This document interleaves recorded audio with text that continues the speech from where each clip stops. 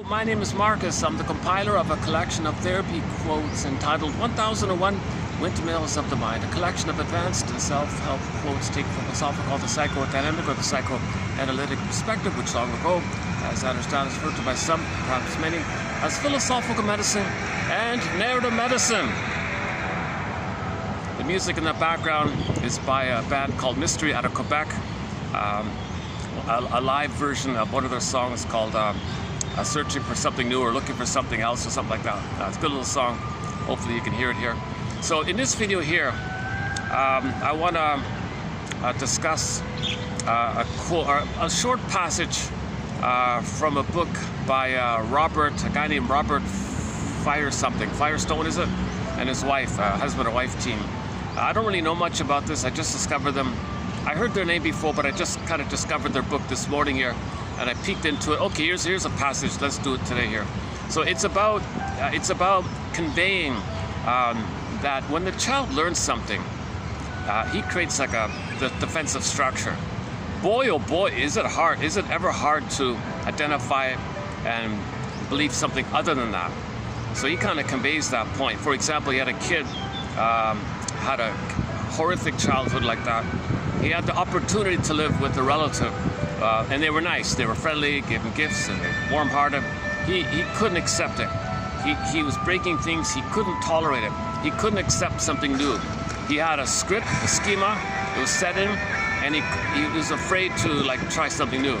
So his metaphor for this is that it's kind of like the person's encased in a certain thing, and you recreate the encasing, and you reject new things because you're in this encasing thing. So it calls it the kid is going to be like a little knight in shining armor kind of thing. Like you're armored in, like you're set in like that. You can't move, you're not flexible, idea like that, right? And he calls that neurosis. Like the child's neurotic. He's got a loving home now, but he can't accept it. It's kind of intuitive, right? You're very loyal to your original home, but he's got an opportunity for something new. New friends, loving parents, all these nice things were going on for him. He was terrified of it. He couldn't chance trusting it or connecting with it. He just reverted to the old painful thing, and he was trying to create and provoke the painful thing. He was actually trying to create in that new home what he had, what he was familiar with, that dysfunctional thing. He was provocative. He was trying to provoke. He was trying to provoke the parents to shout at him and hit him and all that. He was a battered child and all this. He was trying to be so naughty to coerce and coax the alternative parents to hit him and all that. Oh, son of a bitch. Not every time. Sometimes when I set up, I get in, I get distracted with a certain crowd of people sitting just beside me. So let's see how we go here. They don't hear me, I don't hear them, but visually it's a distracting kind of thing. Hold a second.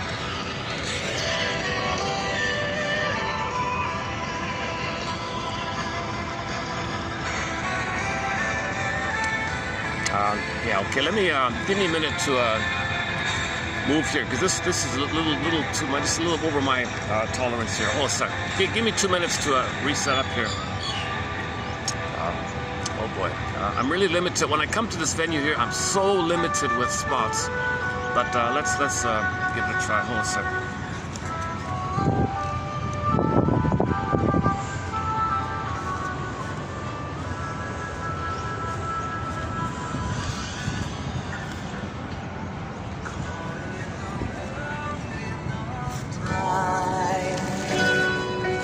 Watching the night sky, searching for something, sowing new dreams in our mind, receiving our free will, waiting for someone else.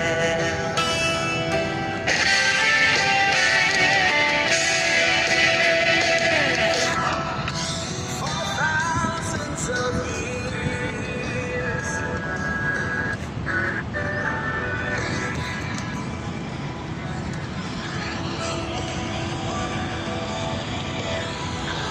Let's see if this can work for a bit. Okay. So we have 67 chapters on the go here. So we cover a lot of ground here. I think this time around I'm not going to cover my usual opening introduction.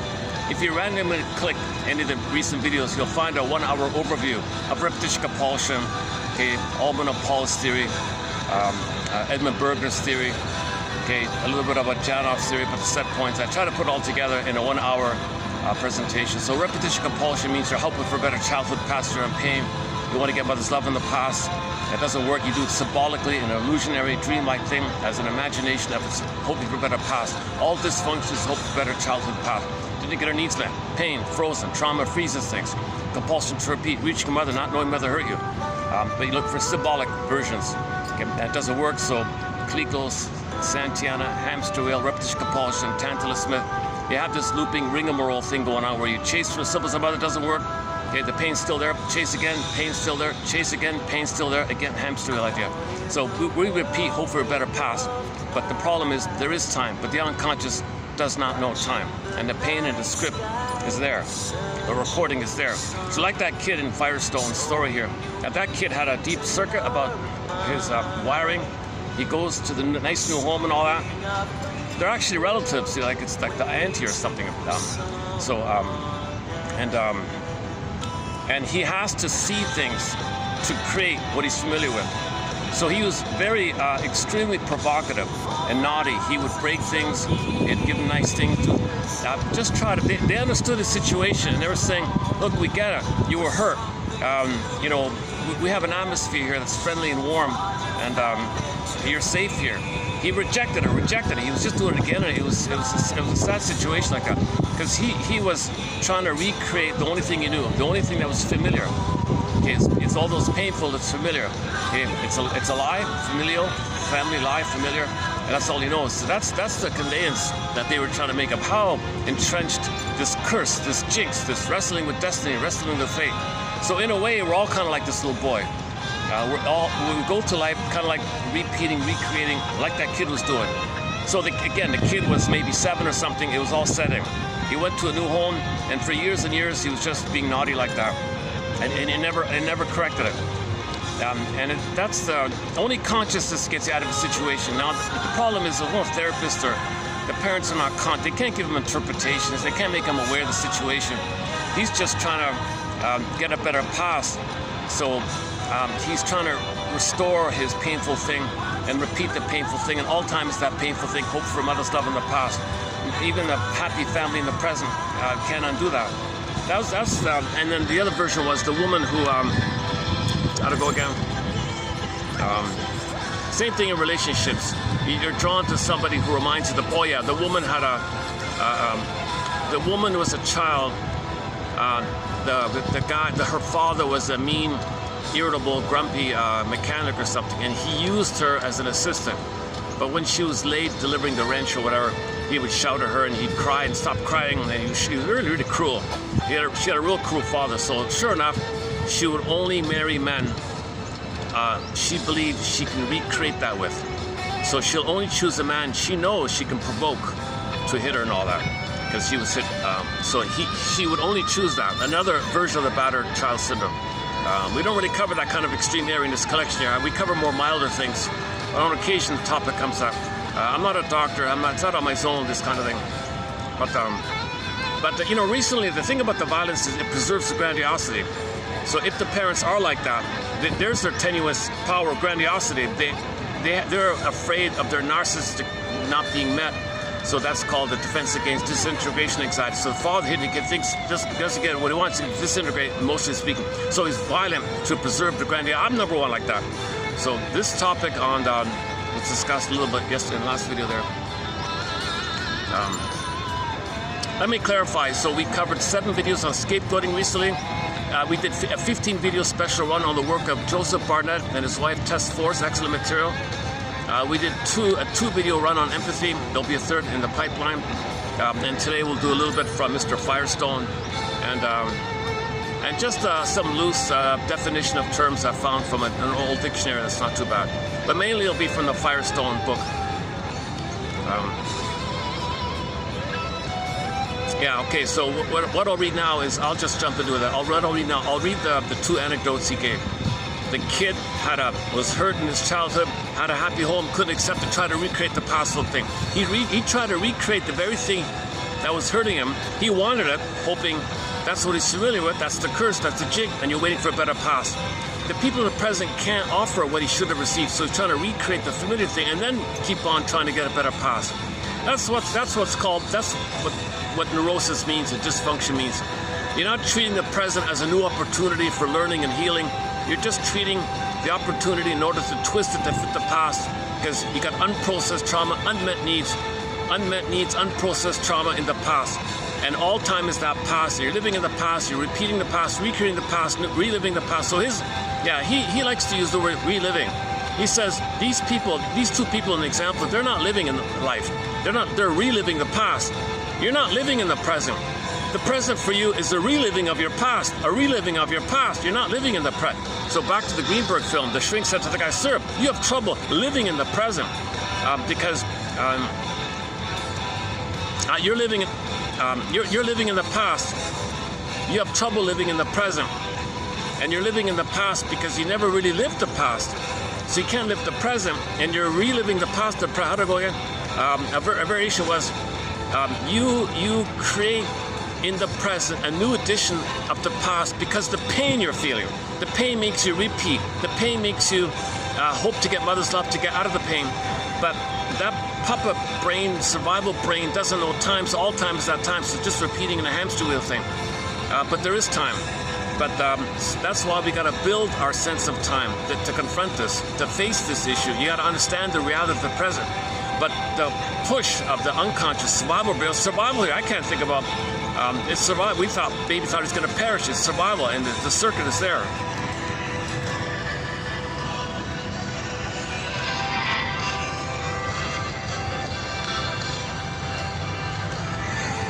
Yeah, slightly choppy video tape. I had a good, yesterday was okay. Yesterday was a good video. No views, 2 views I think. No watch time. It's kind of sad.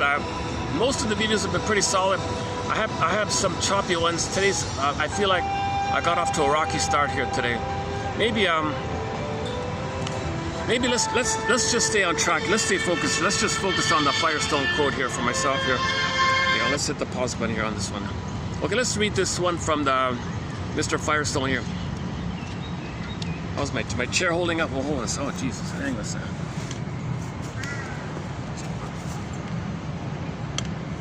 Oh, jeez. Okay, hold on. I gotta fix my chair. Hold on a second.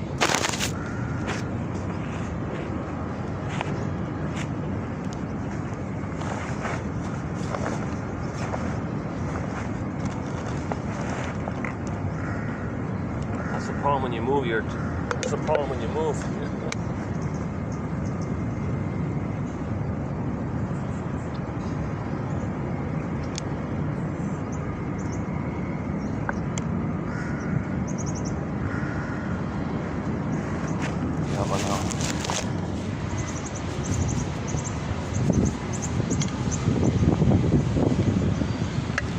It's not gonna work. Hang on a second.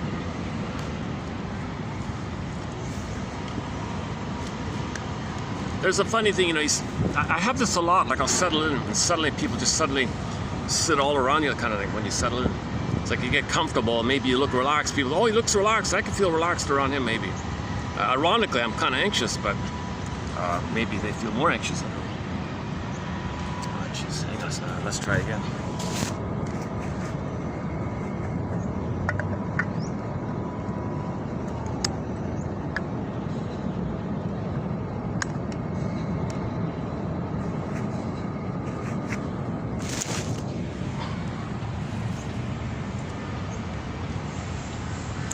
Time for a new chair, eh? Problem is it just rained, so the little soggy here.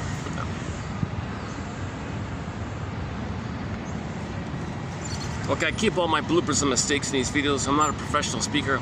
I'm trying to I find interesting quotes and share them, kind of thing. So that's, let's begin here. An individual's present day emotional problems. Okay, any person's current present day emotional problems. Okay, this is like a dysfunctional feeling system, fear, feelings, affect, phobia, you don't know what you feel. Alexithymia, you can't put words to your feelings. Alexithymia, you don't know what your feelings are. Aphimolexia, no feelings to your words. So there's an emotional issue here, but there's pain, but you can't be aware of it. So it's buried and denied, and you know, you mask it. So you're not connected with we live to the extent that we feel. We live to the extent that we are able to communicate, know our feelings, because the feelings connect to our I, the core I, the vital I, the true I, the embodiment, the real self, the true self. I feel therefore am, this kind of area. Okay, it's the quality of these feelings that determines the quality of our life. Now, if these primary feelings, interest, curiosity, joy, if that's all frozen with the embodied, and the pin goes on to call the emotional body goes on, okay, then you're operating from the survival place. So the main two brains are the survival brain, the feeling brain, the cortex, the third one. So 3-in-1 brain. Survival brain, no time. Feeling brain, the embodiment, which is where we live, and the cortex. And the cortex is meant to kind of facilitate, express what you're feeling. So the moon and the sun, okay, the night and the day, and the yin and the yang, the masculine, the feminine and the masculine is more like that. The survival is just the old archaic stuff. With trauma, we're coming from the archaic thing. That's the issue with trauma. We're not meant to always think it's a jungle like that. An individual's present-day emotional problems, so that means he only has the sensation of stress and shame and anger and embitterment and entitlement, and he only has these, he has the either-or thinking, and his hostile mind. His only humor is tension release, where someone plays him and he shames others, so it distracts him that he's shaming himself because he identified with the aggressor who shamed him. So babies, when they're hurt by the mother, they become the mother in a Faustian, so they hurt themselves, but they have the power of the mother. Too much tension, so they need someone around them to play, to see as them whom they're going to shame. That disperses the shame that they're feeling when they shame themselves, when they shame others. So the tension release, that's called the relief theory of humor. When there's like a release of the tension, you have the laughter mechanism. But that tension release is based on you're hurting yourself because mother hurt you, are hurt, and you're hurting yourself to have the connection. So to get the release, it's called shatter voice. So all this negative humor, it's just tension release. It's not genuine warm humor, right? So if it's at somebody's expense, that's shatter voice. That's still part of the survival kind of area. Either or thinking survival. My greedy, your greed survival. Need to be eaten survival. If you're not at the table, you're on the menu mentality. So we're kind of eating up the planet. We're in this archaic thing. They're not meant to be. This archaic thing takes place because babies have to adopt either or to cope with trauma. It's meant to be resolved, but if it's not still there, then you're dealing with either or. And then when you feel stressed, you revert to either or. And how that looks in regular life is, well, either or. Okay, you're triggered, you're stressed, well, use either or. Usually that's, I'm right, you're wrong. I'm okay, you're not okay. So you don't have to, nothing is that clear cut, really. You know, everything's love or a cry for love. Hate is really a cry for love. You're meant to express your love, but you can't express your love. You're in anger, to hate. And then your pain around, you do things to avoid the pain, but underneath, you can shall I compare it to down you want to love, but you're angry because you didn't get mother's love. So how do we face this painful memory and allow nature to heal us? Well, consciousness. All these quotes are meant to build a basket so that egg can appear in the new life rebirth motif, phoenix, firebird, reaction, and heal. So healing does happen if you're conscious. So that's what these quotes are all about. So back to the Firestone book here.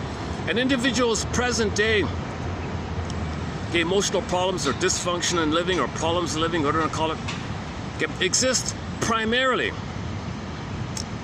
Well, that's icy, so he just calls it emotional problems. So we could say a person's present day dysfunctional living is oral fixations and the smoking, drinking, gambling, addiction, addictive behavior, living the unlived life, living the provisional life. When does life begin?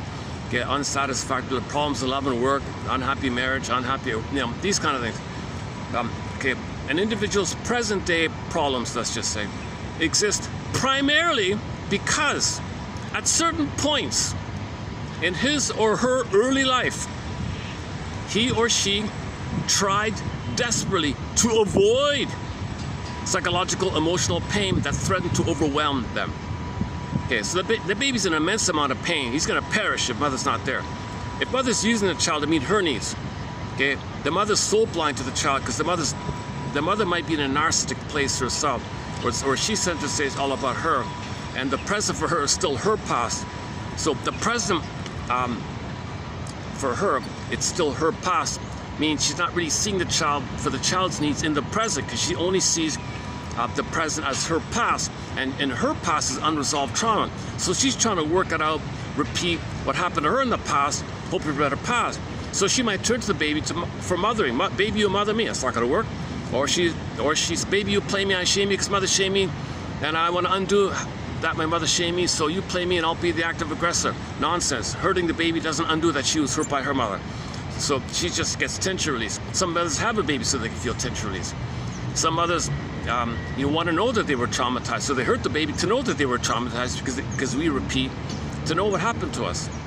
Mother might put the child on a roll.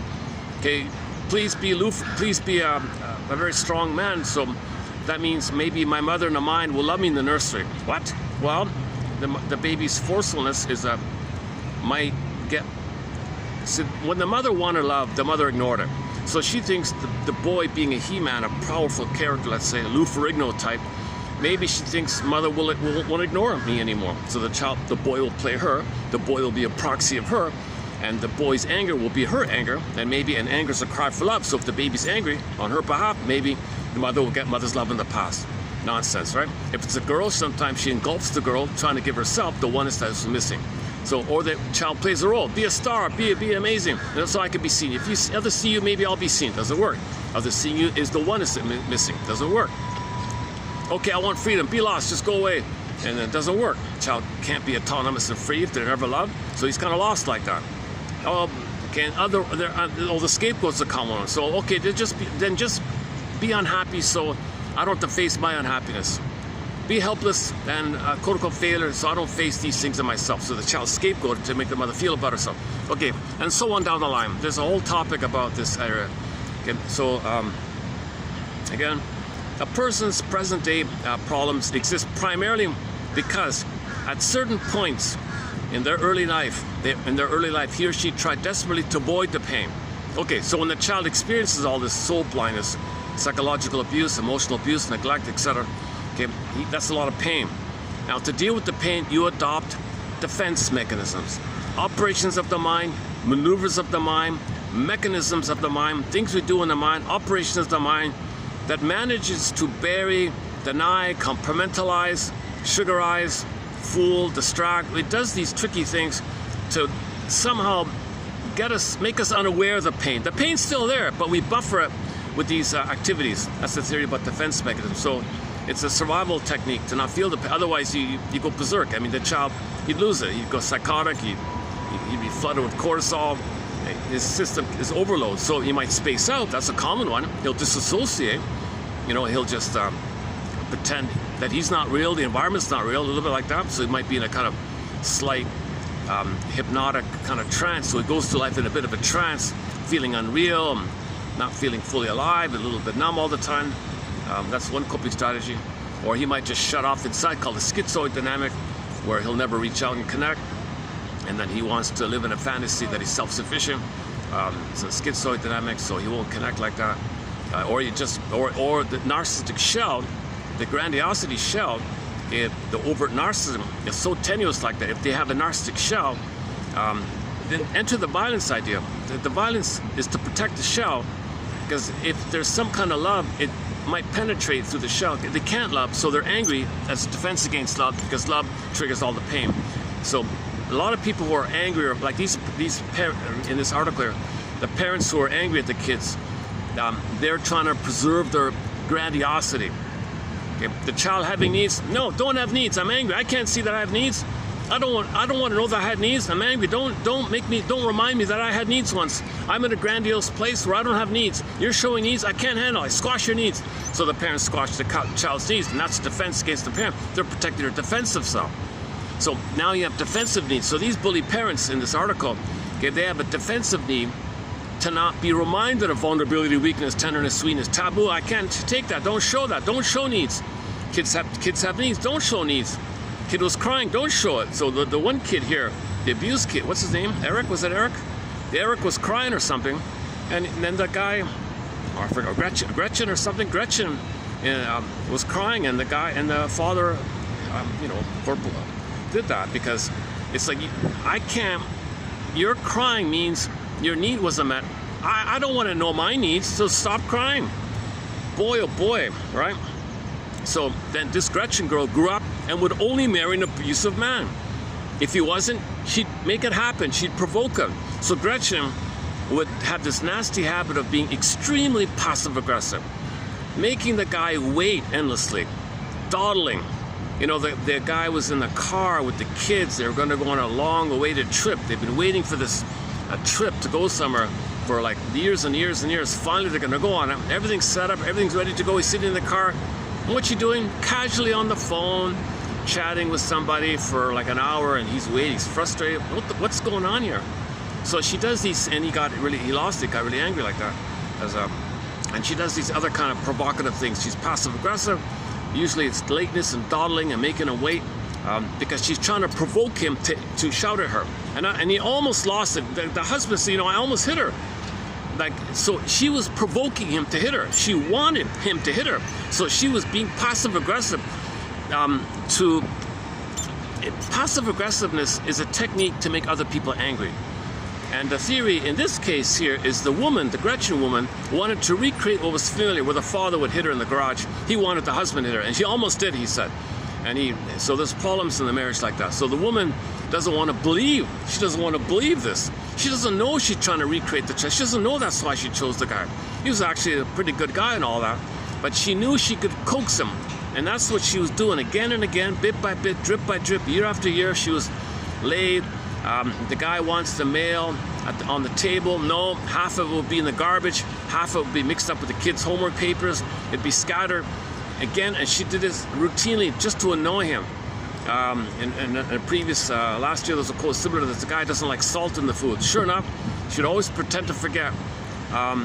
Why are you putting salt? We've gone over this 100 times. I don't want any salt here. Oh, really? Oh, I forgot. Sorry. You're really absent-minded, aren't you? But this would go on endlessly, and year after year, there was always too much. There was always salt in it. He got angry. One day, he got angry and threw the thing. I can't take it anymore. That's what she wanted. She wanted the anger. She'll provoke him to be angry because her childhood, the things were being thrown around. He wanted to throw her. She's trying to recreate. That's the armor idea. The trauma is you're trying to relive and recreate, hoping magically for a better past. So the present is still an attempt to get a better past. Okay, so the conclusion is, give thee all hope for a better childhood past. But people in dysfunctional mode, they're still having the hope for a better childhood past. Okay, let's go back to the quote. An individual's present-day emotional problems exist because at various points in his early life, or her early life, he or she tried desperately to avoid psychological pain and threat to overwhelm them. There are many ways of numbing off the pain. Okay, so enter addictions. So smoking, drinking, gambling, promiscuity, manic, that's one way, shopaholic. So being manic and busy, oral addictions, oral fixations, that's one way. You just soothe yourself with a chemical trick, with the physiological methods of sugar, salt, and fat. Sometimes it reminds you of the sweetness of the past, these kind of things. So stimulating fluid, alcohol makes your body warm, it blots you out, you want to go in the womb or something. You do these kind of things. So to numb the pain, we adopt various methods, and there's a whole long list of methods. So you project, you blame, okay, oral fixations. So you may have protected yourself against the pain by soothing it away, okay, schizoid, going into fantasy land, or making some deep conclusion that you'll never love again. So you vow to never trust again. That's a common one, right? One lady, I don't know how she did this. I don't understand, but she always escaped by sleeping a lot. So one lady would escape the pain, and she was a manic sleeper. She overslept ridiculously, very long hours to escape somehow. I'm not sure how that works, but that's what he says here. Okay, over a period of time, like everyone else, you built a defense system using such methods and many others. These defenses that you built long ago are now what caused you the most misery. You are like a knight in a suit of armor who cannot move freely. So these things that you did to survive, those very same things are hurting you. The very things the baby did. We hear this a lot. Every author says this. The things you did as a child to survive, okay, it was just to survive. But to do it again and again, that's what's hurting you. That's what's hurting you. So every time you drink, you're hurting yourself. Every time you smoke, you're hurting yourself. You're just reliving the rejection, the betrayal. So all these oral fixations is a reliving of the betrayal, a reliving of the rejection, a reliving of mother's unavailable love. You're just reliving. You're not living in the present, you're reliving the past. Oh. Gee, I gotta, someone's just staring at me there. Am I talking to, nobody can hear me here. This is the, oh, now they moved on, huh? Oh, they were amused by my, by my animated, anxious speech here. Now they moved on. Okay, good, all right. Okay, so let's do, okay, here's the one. Is this the Gretchen? We have this little girl named Gretchen. She had a very mean father. I don't have the whole story. This is just an abbreviated highlights. So as I remember, the guy spent a lot of time in the garage, and she was only 6 or something, and he used her like an assistant. Hand me this and hand me that, but she got things mixed up, made mistakes, and he'd shout at her, she'd cry, and he'd hit her, don't cry. Really, talk about mean. Mean is an understatement. He was a battered child syndrome. This guy was hitting his own little girl. I can't believe it. I can't believe it. Take this girl away. Save this girl. And that was the case. She did leave to another home, right? So, anyways, this girl did grow up. The mother was sick all the time, and the mother was out of it. She was ill or all the time, and the guy was hitting her. It's sad stuff. Sad stuff. Anyway, she grew up and married a fellow only if he'd be mean. She would only be attracted to men she could feel would be mean to her. Right? Now, she could have given up the assumption that all men are mean. She could have taken a chance, challenged her self-protective attitudes, and developed a relationship with another kind of man who maybe wasn't so mean. No, I'm not, no way. She's not going to take that chance. It's familiar. What she experienced is familiar. But instead, she chose to marry a man who would be mean to her and criticize her. She was imprisoned, like the knight in the armor, right? By her defensive attitudes, like this armor thing, right? And these attitudes predisposed negative choices that caused her to relive her early life. Self-fulfilling prophecy. She sees things in that way. She wants it that way. She coaxes it that way. She wants people to identify with what and play roles of her past. People are not being seen in the present. She's only living in the past, trying to recreate the past. And the guy got angry with that self-fulfilling prophecy like that. She was imprisoned by her defensive attitudes, and these attitudes predisposed negative choices that caused her to relive her early life. In that sense, she was neurotic. Gretchen developed into a deeply cynical woman, and her point of view about men was unshakable now. Now she hates all men. Unconsciously, she anticipated meanness and criticism from men and behaved in ways to provoke it. She would deliberately behave specifically in a way to provoke it, to confirm her cynicism. Because that cynicism is the tie to the mother, that's the armor she's in, that's the safety armor she's in. Interesting metaphor, the armor of the night. No, that's a new one, right? Gretchen developed into a deeply cynical woman, and her point of view about men was unshakable. Unconsciously, she anticipated meanness and criticism from men and behaved in ways to provoke it. In the office, okay, so here's an example. In the office where she worked, she hovered around her boss, waiting for dictation.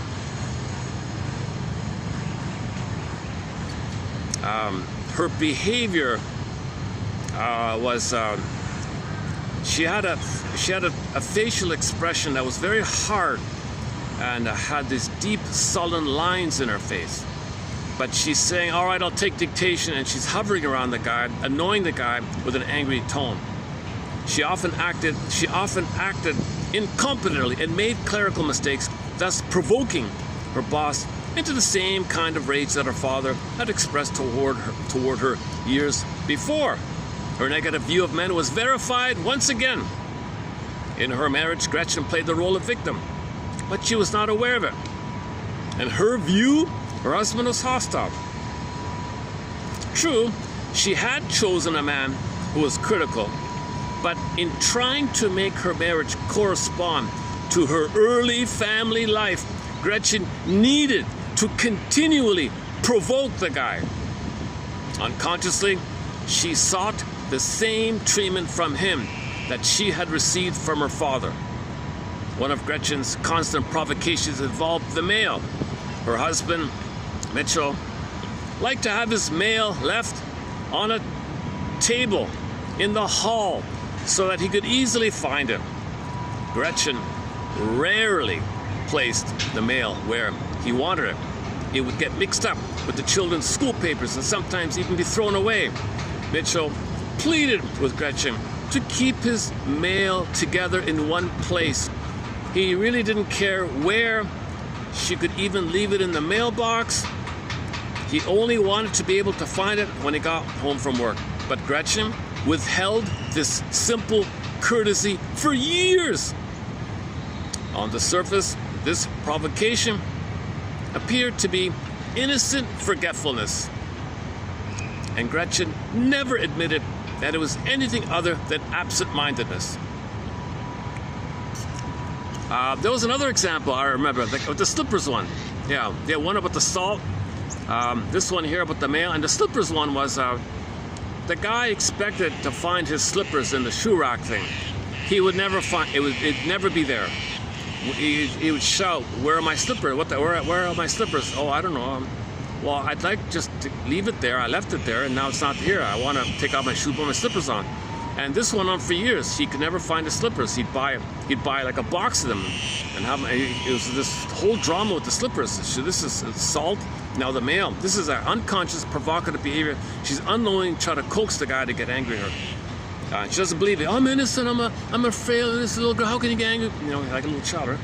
So this is a very passive-aggressive maneuver. This is yet another one here. So women have to take responsibility for their provocative behavior. They know they can get away with it because they do it in a very subtle, drip-by-drip way, whereby if somebody points it out that they're doing this on purpose, tables turn. Well, you're so sensitive. What's wrong with you? And the guy ends up saying, "I apologize. I'm sorry. You're right. It's just a slipper. You forget about it." You know, that's... Okay, for more on this topic, go to our passive-aggressive chapter. We got a lot of excellent quotes from the Longs, a book called The Angry Smile, and a guy named Wetzler, Passive-Aggressive Man, and a whole bunch of miscellaneous quotes from different authors on the topic. So this topic here is related to it as well.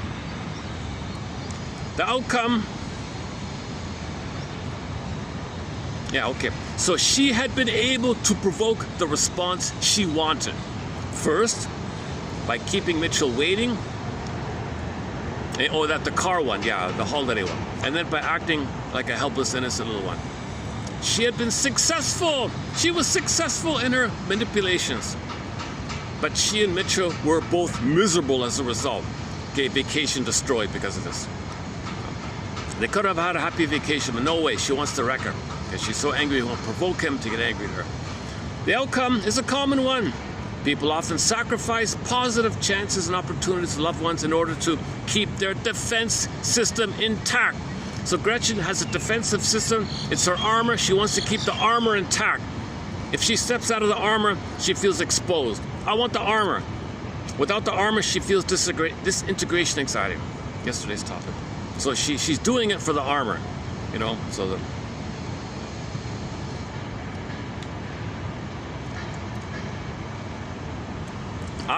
so his conclusion here is, I see neurosis as a process of reliving rather than living. Choosing bondage instead of freedom. The past instead of the present. Okay, you're bound to the past, you're tied to the past, you're living in the past, bound to the past, shackled to the past. Emancipate yourself from this past mental slavery. Neurosis is a childlike clinging to our defenses, our fantasies, and our connections to our parents long after this behavior has ceased to be appropriate. Defenses are not easy to shed. He says here, I can give you an example of a child, even a child doing this. Eric, enter Eric. Okay, so Eric is still young. Eric was a young boy.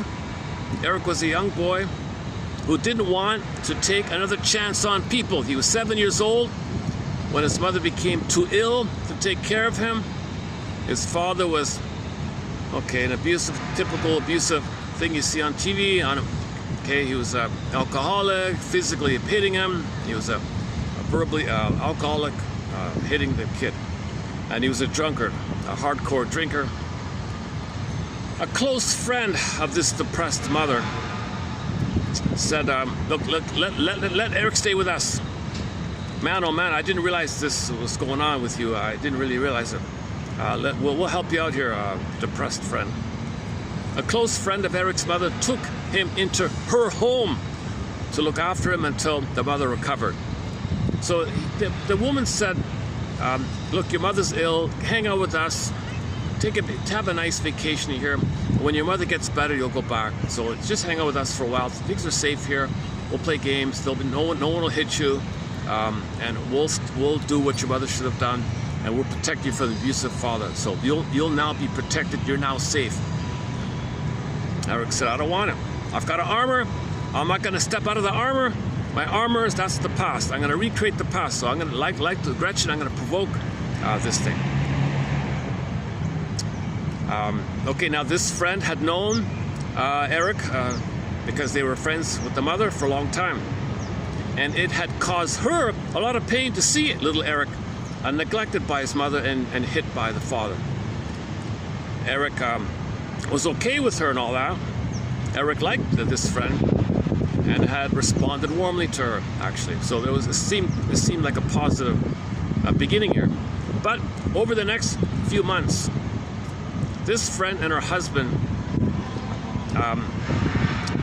tried to, it says here, tried to repair the damage that had been done to the child. Maybe that's the problem. Maybe that's the problem. Maybe they're trying to articize. Over the next several months, the friend and her husband tried to repair the damage that had been done to the child. These were two people who, with their genuine affection and intelligence. So this couple was a warm-hearted, intelligent couple, it seems. They should have been able to help this battered child. Logically, you'd think things would get better. Nope. Eric rejected their warmth and love. He became sullen, unruly, provoking, and mean. And in anger, he tried to destroy several of his new toys even. And so on, so on. ... All right, next one. Eric couldn't tolerate the positive atmosphere of his new home, or temporary new home, because his defenses were already too well developed. He tried to provoke the same kind of treatment he was familiar with at home. Eric was afraid to take another chance and perhaps be hurt again, even though he was in a situation where the odds were totally against his being mistreated.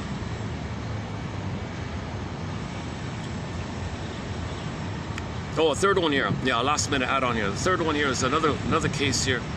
In general terms, a third case here was Lisa was involved. Lisa was involved in reliving her early family life rather than living her own life in the present. That's a good summary statement, right? She was involved in reliving. So here's a good self-help question. How am I reliving my past, okay, in the present instead of just living in the present? How is my present still a reliving of the past? As an adult, you don't have to continue repeating your childhood with the new people in your life, hoping that they will somehow meet your needs from the past. No one can do that. To involve other people in this hopeless search is to lose what you have today, trying to gain what you had so little of in the past. In other words, the refusal to be a responsible adult in the present, okay, is a stubborn hanging on to the unconscious fantasy of the past, whereby you think you'll get that one day, someday you'll get a better past. And as an added bonus, maybe you'll live forever if you're a child forever. That kind of adds like a secondary benefit. Oh, yeah, if I do this, I'll stay as a child forever. I don't have to face that old task of admitting time. So a benefit of not growing up is I can be childlike. I live forever. I could do a Peter Pan, live forever. That's another benefit of living in the past, not growing up. So I'll stay with my dysfunctional past because I get the benefit. I don't have to face the mortality of time. There's added kind of here. All right. Let's see if the phone will read this out here also. It begins with.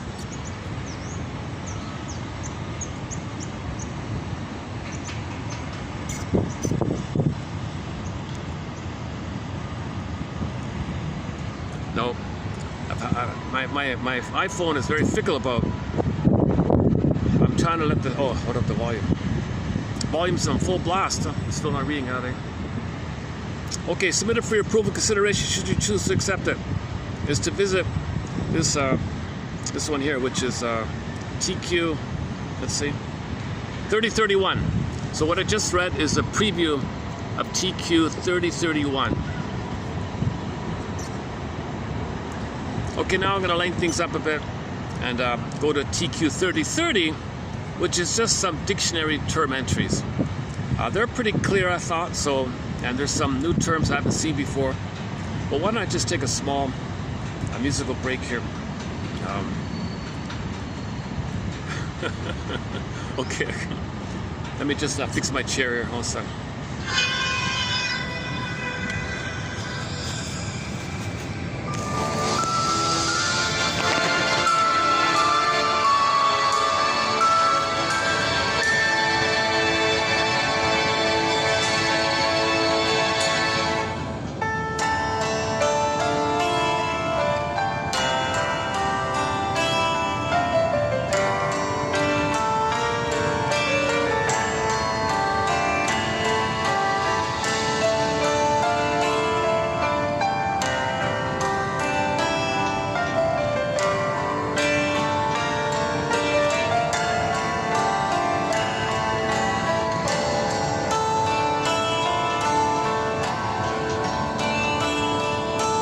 What's with the clouds in the sky? Does anybody know? Does anybody know? And what's with the moon in the night? Does anybody know? Does anybody know?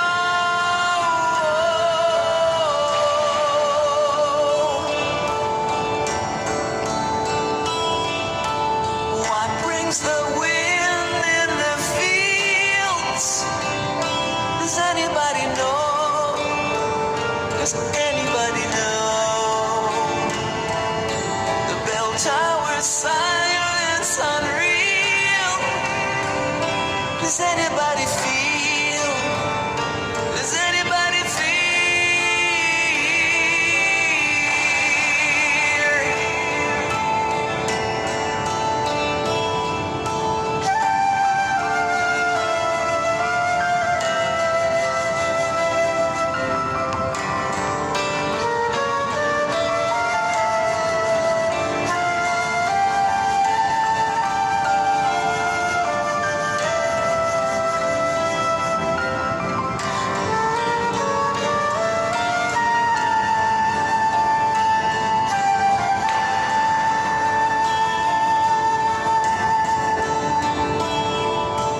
What's wrong with our children's smiles?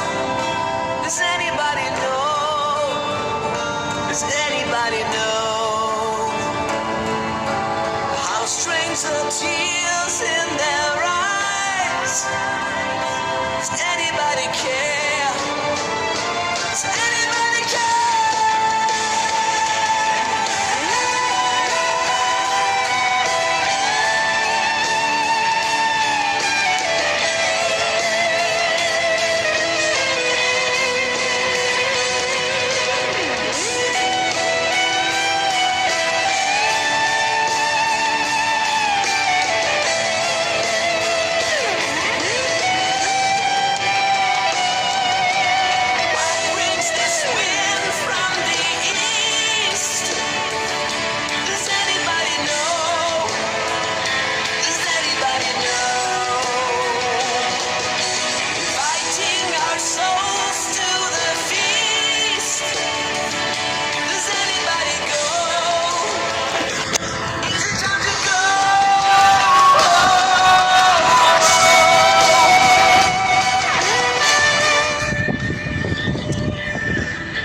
I'm just looking around the park here. I realize I'm the most anxious person today here. I'm the one who's fidgeting the most here. Everyone else is in park mode, picnic mode, very relaxed, mellow. It's okay. I gotta identify with that a little bit. Okay, let's run through some definition of terms here. When I started this project 6 years ago, I kind of started in that mode where I just read out some dictionary entries of terms. So it's kind of light, it's easy, not much to, it's self-explanatory kind of thing. Okay, so we often hear about these engulfing mothers, these clinging, demanding mothers, sometimes called passionate mother, Jocasta mothering, okay, sometimes called smothering kind of mothering, right?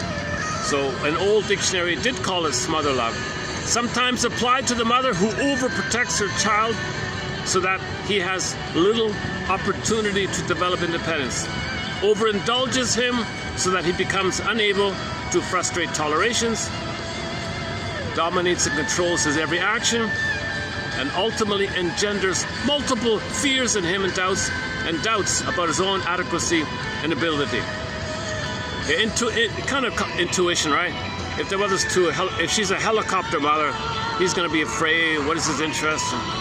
So that's sometimes called helicopter mothering or smothering mothering or passionate Jocasta mothering. So why is the mother doing that? Because she's hungry. The mother's doing that because she's hungry for love. The mother thinking she's a wonderful mother. I'm an amazing mother. Look how careful I am. Look how much attention I give to my child. No, she's empty inside. She's gulping. She's hungry. In the child's mind, there's a monster sucking him. So in the child's emotion of the mother is a vampire squid, a vampirish kind of thing. But the mother says, I'm a wonderful mother. Look how attentive I am. No, she's starving. She's love-starved. She's trying to gobble up the kid, in a sense, because she's operating for the time of the nurse. The mother failed her, didn't get nursed and soothed and all that, didn't get mother's attention. So she's trying to gulp up the child in a way, under the guise of the fantasy guise of with the rationalization. Rationalization, when you lie to yourself to fool yourself to cover the real agenda. The real agenda, she's love-starved through the child. The child doesn't feel loved by this. He ends up a neurotic mess. He ends up as a mama's boy, and he might become have all these complications like that. Oh, look at this. 1, 2, 3, 4, 5. All right. These are called Javanese doves. 5 baby Javanese doves.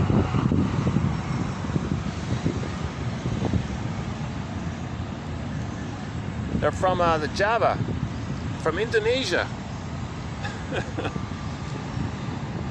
Popular in Indonesia. Kind of cute. Nice to see them. Pretty cute. Blue beak, blue feet. They have the whole camouflage routine with the gray to blend in with the ground and all. But when they fly, the colors of the feathers from the underside are black and white. Interesting setup, right?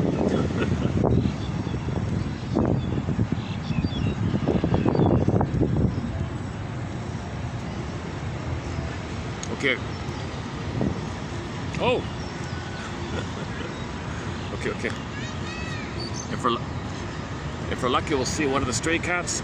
All right. Okay, next one here. It's from an old ancient dictionary of terms here.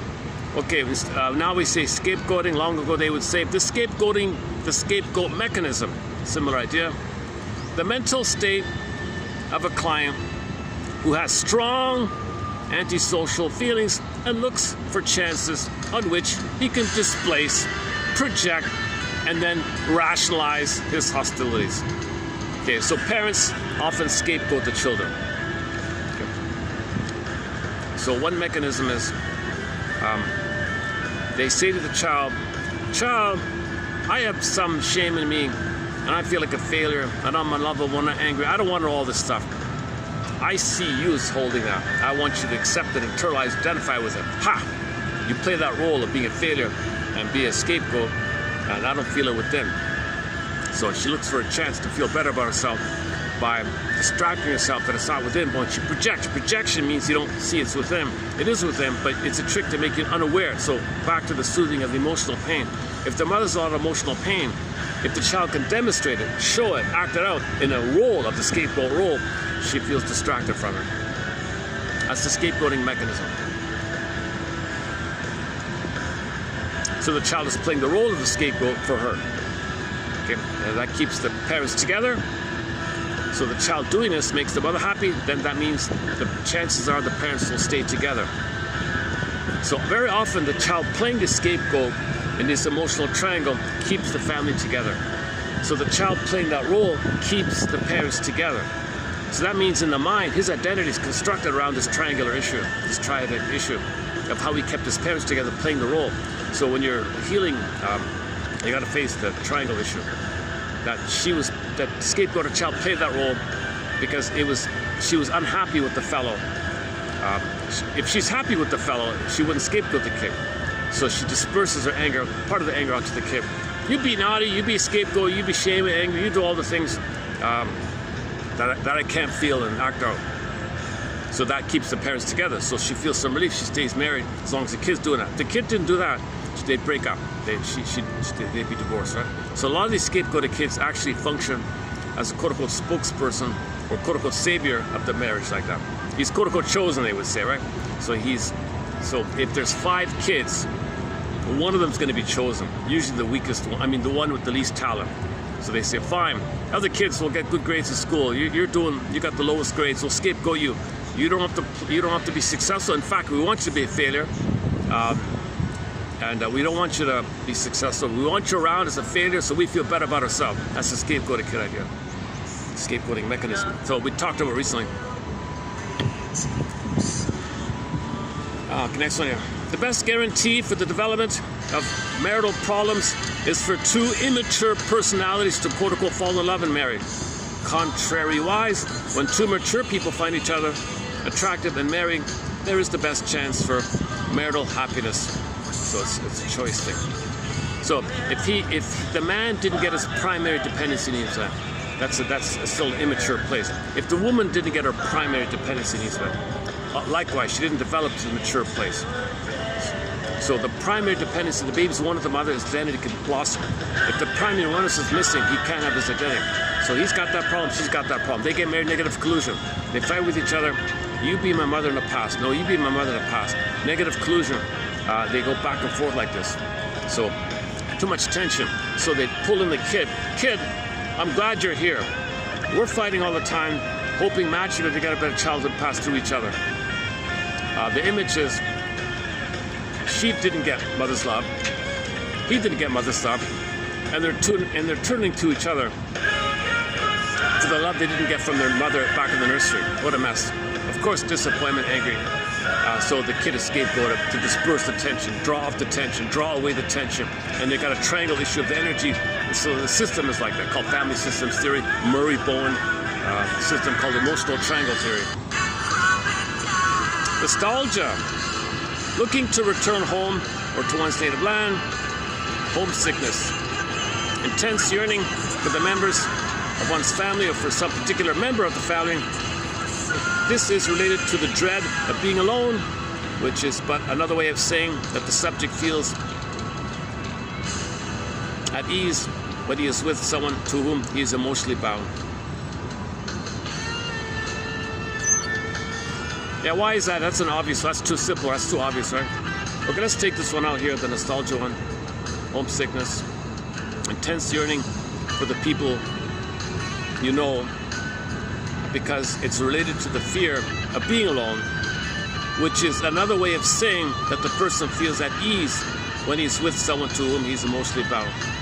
Okay, so he afraid to be autonomous. Okay, let's take that out, yeah. Neurotic paradox. Neurotic paradox. Where's my fan? Oh, jeez, my fan. Oh no, my fan is out. Son of a gun. I had to start sweating in no time. It's 40. It's 40 here, right? With the heat index is 40.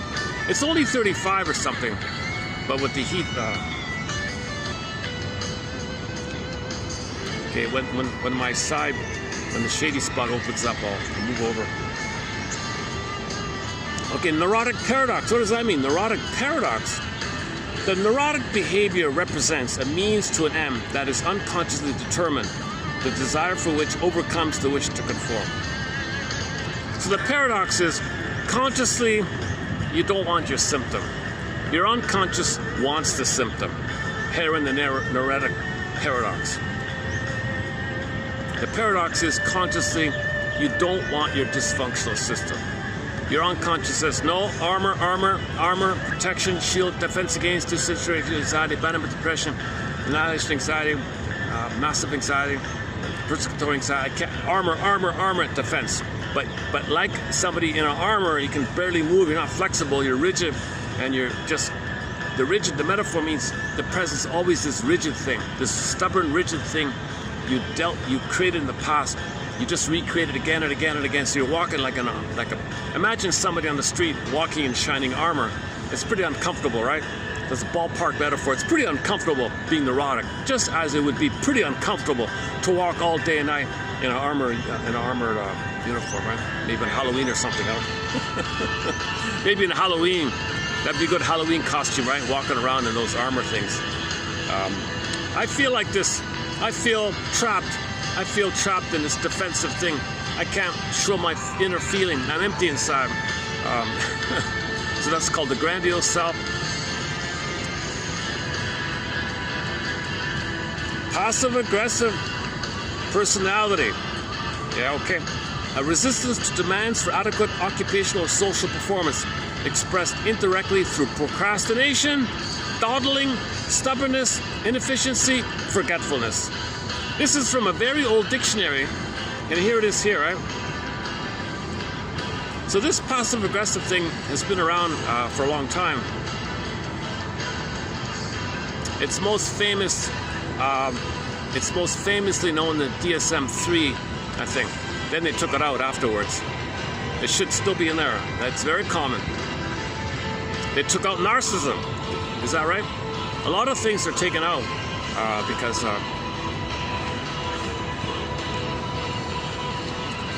the less people know about themselves, the more they lie to themselves, the more unaware they are of themselves, the more susceptible and vulnerable to suggestion for other things to help them. So Mr. Frank Summers, has a psychoanalytic vision, like Mr. Freud and many others. Reuben Fine, the chess master, the #1 chess guy in the day, teach people psychoanalysis. Joseph Barnett, teach it at high school so people can update their constructs and know they have a way to get out of the armor. Know they can live in the present, love in the present, be in the present, be in the here now in the present. Know they can. They don't have to always be cursed to make every day a reliving of the past. Sisyphus past, Sisyphus past, Sisyphus past. There's a way out of it if you teach people psychoanalysis, the psychodynamic perspective, the psychoanalytic perspective, which all these quotes are dedicated to promoting and enriching. Next one here. The paranoid personality. The affected person is hypersensitive, rigid, unwarrantedly suspicious, jealous, and envious. He often has an exaggerated sense of self-importance. So there's your violence, right, which must always be right and prove others to be wrong. And there's a tendency to blame others and ascribe evil motives to them. Okay, so the Barnett says when the baby's affect is trying to communicate, mother, my affect, my emotions and my feelings are signals to telling you that my needs not met. I'm scared, I'm afraid, my needs not met. So affect is linked to needs, feelings and needs, or affect and needs, or emotions and needs. Okay, so when the needs are met, the affect is pleasant, common sense. When the needs are not met, the affect is stress, tension, fear, shame, build-up, fury, rage, anger, etc. Now, when the baby shows his anger, if the mother's extremely double-binding, extremely gaslighting, okay, and she cannot tolerate the baby's show of emotion, okay, then it gets imploded in. When the affect implodes in, okay, mainly it's the obsessive personality, OCD freaks, right? And their thinking is obsessive about some micro-trivial thing. They don't see the big picture. They don't know the main idea of the story. They don't know the spirit of the message. They just want to specialize in some minutia and be seen as a good boy. So that's their refuge. Okay, another version of this implosion of affect is the paranoid one. Their version of it all is, the paranoid traits And there's a lot of overlap between the obsessive and the paranoid. My current example for the moment I'm experimenting with is the guy, the newsroom guy from the TV show WKRP in Cincinnati, that Les Nessman guy. He's very obsessive and tense kind of character, right? Very specializes in, farming details, agricultural details. So he specializes in some very specialized area. He even gets the Silver Sow Award and all that. But sometimes the guy is really paranoid. You see him ridiculously paranoid. Now, he's a mother's boy. We see his mother in some of the shows. She's a very engulfing, demanding, verbally violent, verbally abusive, clinging, demanding. So his emotions pop in. Obsessive, paranoid, and depressive. Those three are the core personality constructs Barnett creates with the opposite of affect. If the affect does pop up, you get the hysteric, impulsive, acting out. So the three popping up, okay, hysteric, and the variations, okay, impulsive and acting out, and their variations. Okay, then the popping in, okay, depressive, paranoid, and OCD, obsessive.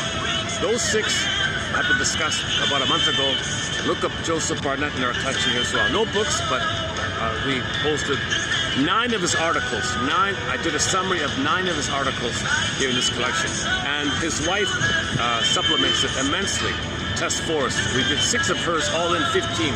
Those 15 as a couple has won a golden Windmills of Minor. That's how excellent it is.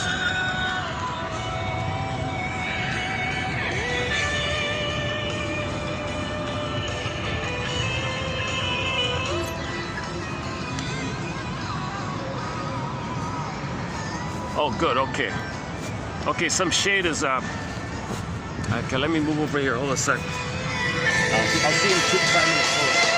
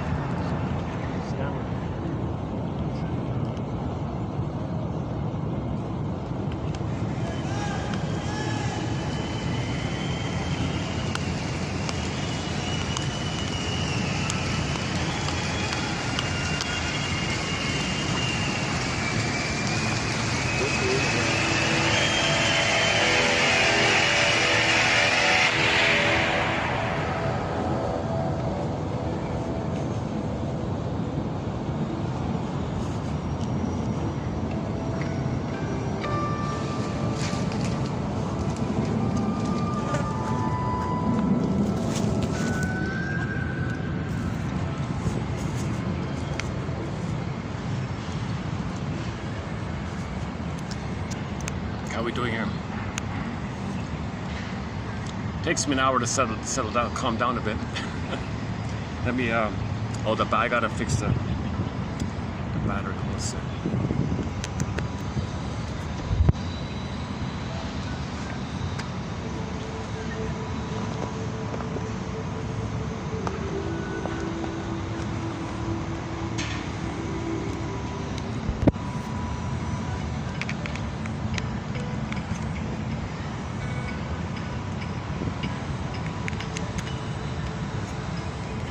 It's still recording? Alright, we got the battery. We got some. Okay, let's continue with our terms here. Next one here. Okay, this phrase, pre-Oedipal, we hear this all the time. It just means the first 18 months, the mother and the baby time mainly, the narcissistic time, the primary time, the two people psychology, before the triangle. Oedipal means triangle. So before the triangle, i.e. before the time when the father teaches the child about the world outside of the world of the mother. There's another world.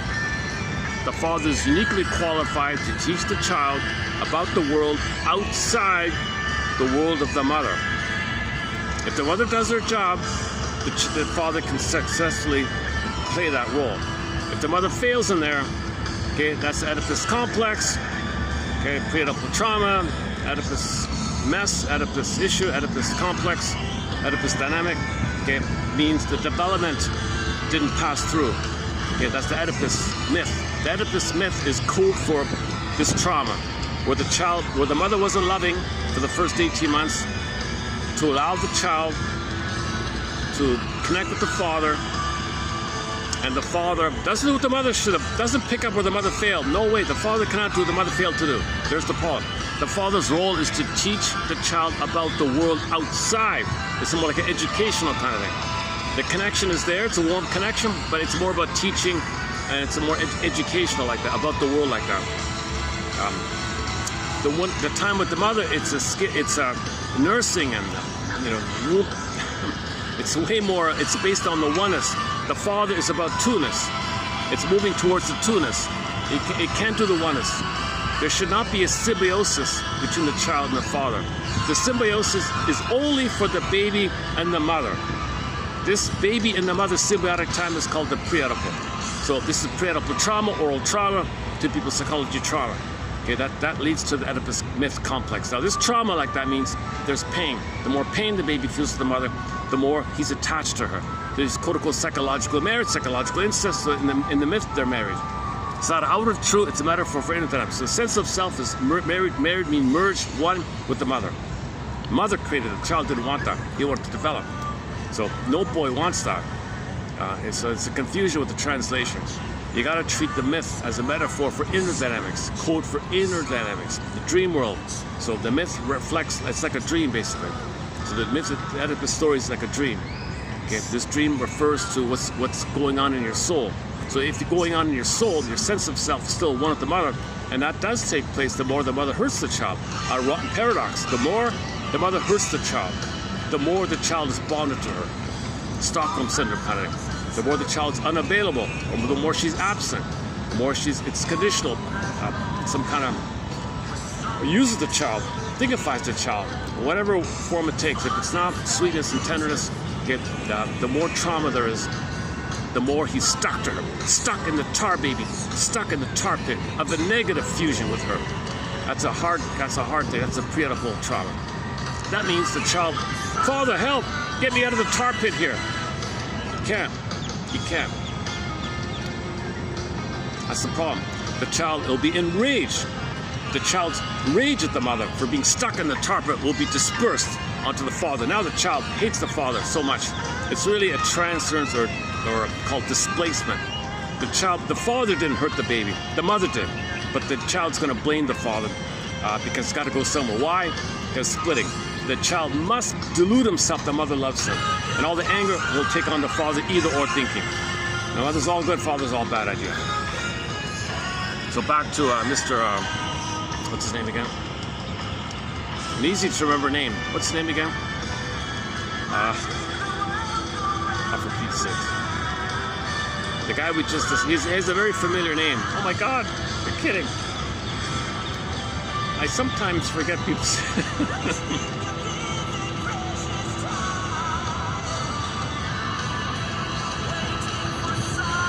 Frank Summers. Mr. Summers says, no, pardon me, not Summers. Another one. Anna Aragno, Miss Aragno.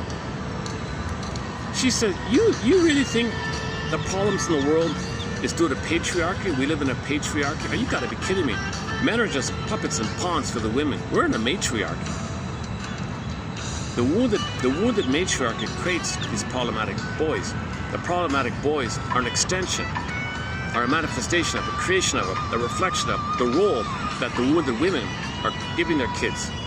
We're not in a patriarchy. It's a wounded matriarchy, and the wounded matriarchy leads to the boys doing negative things. So don't say it's a negative thing. We don't have a patriarchy. There's confusion when you say we're in a negative patriarchy. What you're trying to say is the men doing harmful things. Well, who created these guys? Who made these guys like this? Come on. They're all pawns and puppets playing a role for the mother.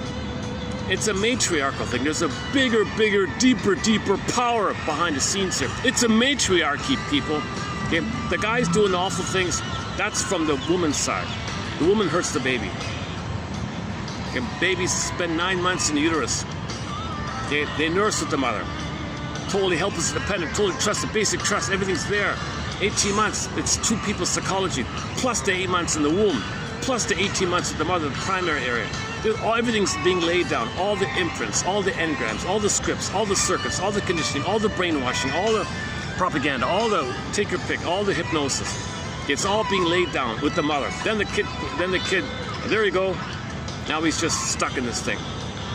Now he's just timelessly acting out whatever role the mother wanted. So if the boy is naughty, he's scapegoated. If he's naughty, it's expressing the mother's anger. If he's naughty, maybe it distracts the parents to keep them together. He's doing some kind of role. The mothers create this. The wounded feminine leads to the distorted masculine. The simplest way to think about it is the phrase inside out. The out is the reflection of the inside. Inside out. We don't say outside in. We say inside out. Okay? If you want the outside, you want the sociological out to be better, you got to heal the inside. It's an inside out thing. The inside, it creates the outside. Okay, now we can debate about 10,000 years ago. Accidentally, the outside hurt our inside. Accidentally, the outside hurt our inside. And then the hurt inside, it created a distorted outside, which perpetuates the hurt inside, which perpetuates the hurt outside, which perpetuates the hurt inside. And we've been in this negative loop for 10,000 years. So that's a theory about the village to pillage mode. But her point is, it's a matriarchy, people. We got to heal the issue. The conclusion was we got to heal the issue between the mother and the daughter. If the daughters are loved, when they grow up, they'll love their children, boys and girls, and then we're okay. Everything will be okay once the mother loves her daughter, not uses the daughter, engulfs her in, thinking she's going to heal herself. The mother's got to be healed on some way out, first on her end, and then love the baby. If she can find her feelings, she won't hurt the baby. If she doesn't know her feelings, she'll deprive the baby of feelings, which is a trauma. If mothers can love the daughters, those daughters grow up, they'll love their children, and the positive, then we enter into the age of Aquarius. And we're no longer, as somebody joked, in the age of nefarious. He said, it feels like we're in the age, did you say Aquarius? Are you kidding? It feels more to me like we're in the age of nefarious. If you want to enter into the age of Aquarius, first we need the age of self-knowledge, self-awareness, okay, introspection. If we enter into the age of self-knowledge, then the age of self-knowledge, which Ruben Fine declares us to be, okay, empathy doesn't work. Empathy will be a sign. If we are more in empathy mode, that'll be a sign of increased self-knowledge. Increased self-knowledge will lead to more empathy. But say the broader thing. The age of self-knowledge Okay, then with the self-knowledge, at some point we'll have empathy. And when we have empathy, when mothers have empathy for the children, and when mothers treat the babies as human beings in their own right, persons in their own right, person to person, baby has needs, babies are human beings, and babies, mothers appreciate that person-to-person status because she has self-knowledge about her identity, her core self, her real self, and she sees the real self, core self, budding beauty, emerging self in the child. Then we can say we've entered into the age of Aquarius, kumbaya, because babies are loved, daughters are loved, because when the daughters are loved, they'll love their children, boys and girls. Then the boys will come from a loving place because they were loved. As it is now, daughters are hurt, they crave boys, the boys are hurt, and they're coming from a hurt place. But the boys doing things from a hurt place is due to not being loved by their mother. Does anybody know? Does anybody know? Would you believe my ice melted already so quickly?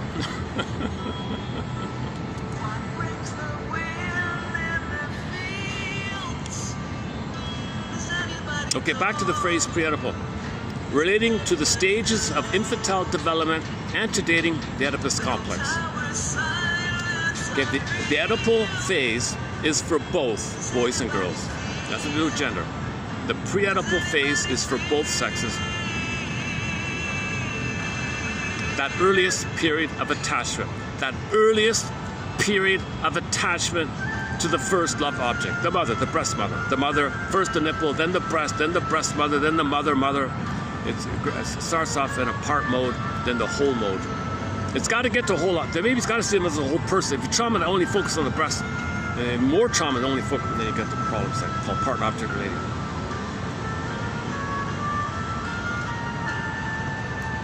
Again, the pre-Oedipal phase for both sexes, that earliest period of attachment to the first love object, the mother, before the advent of the father.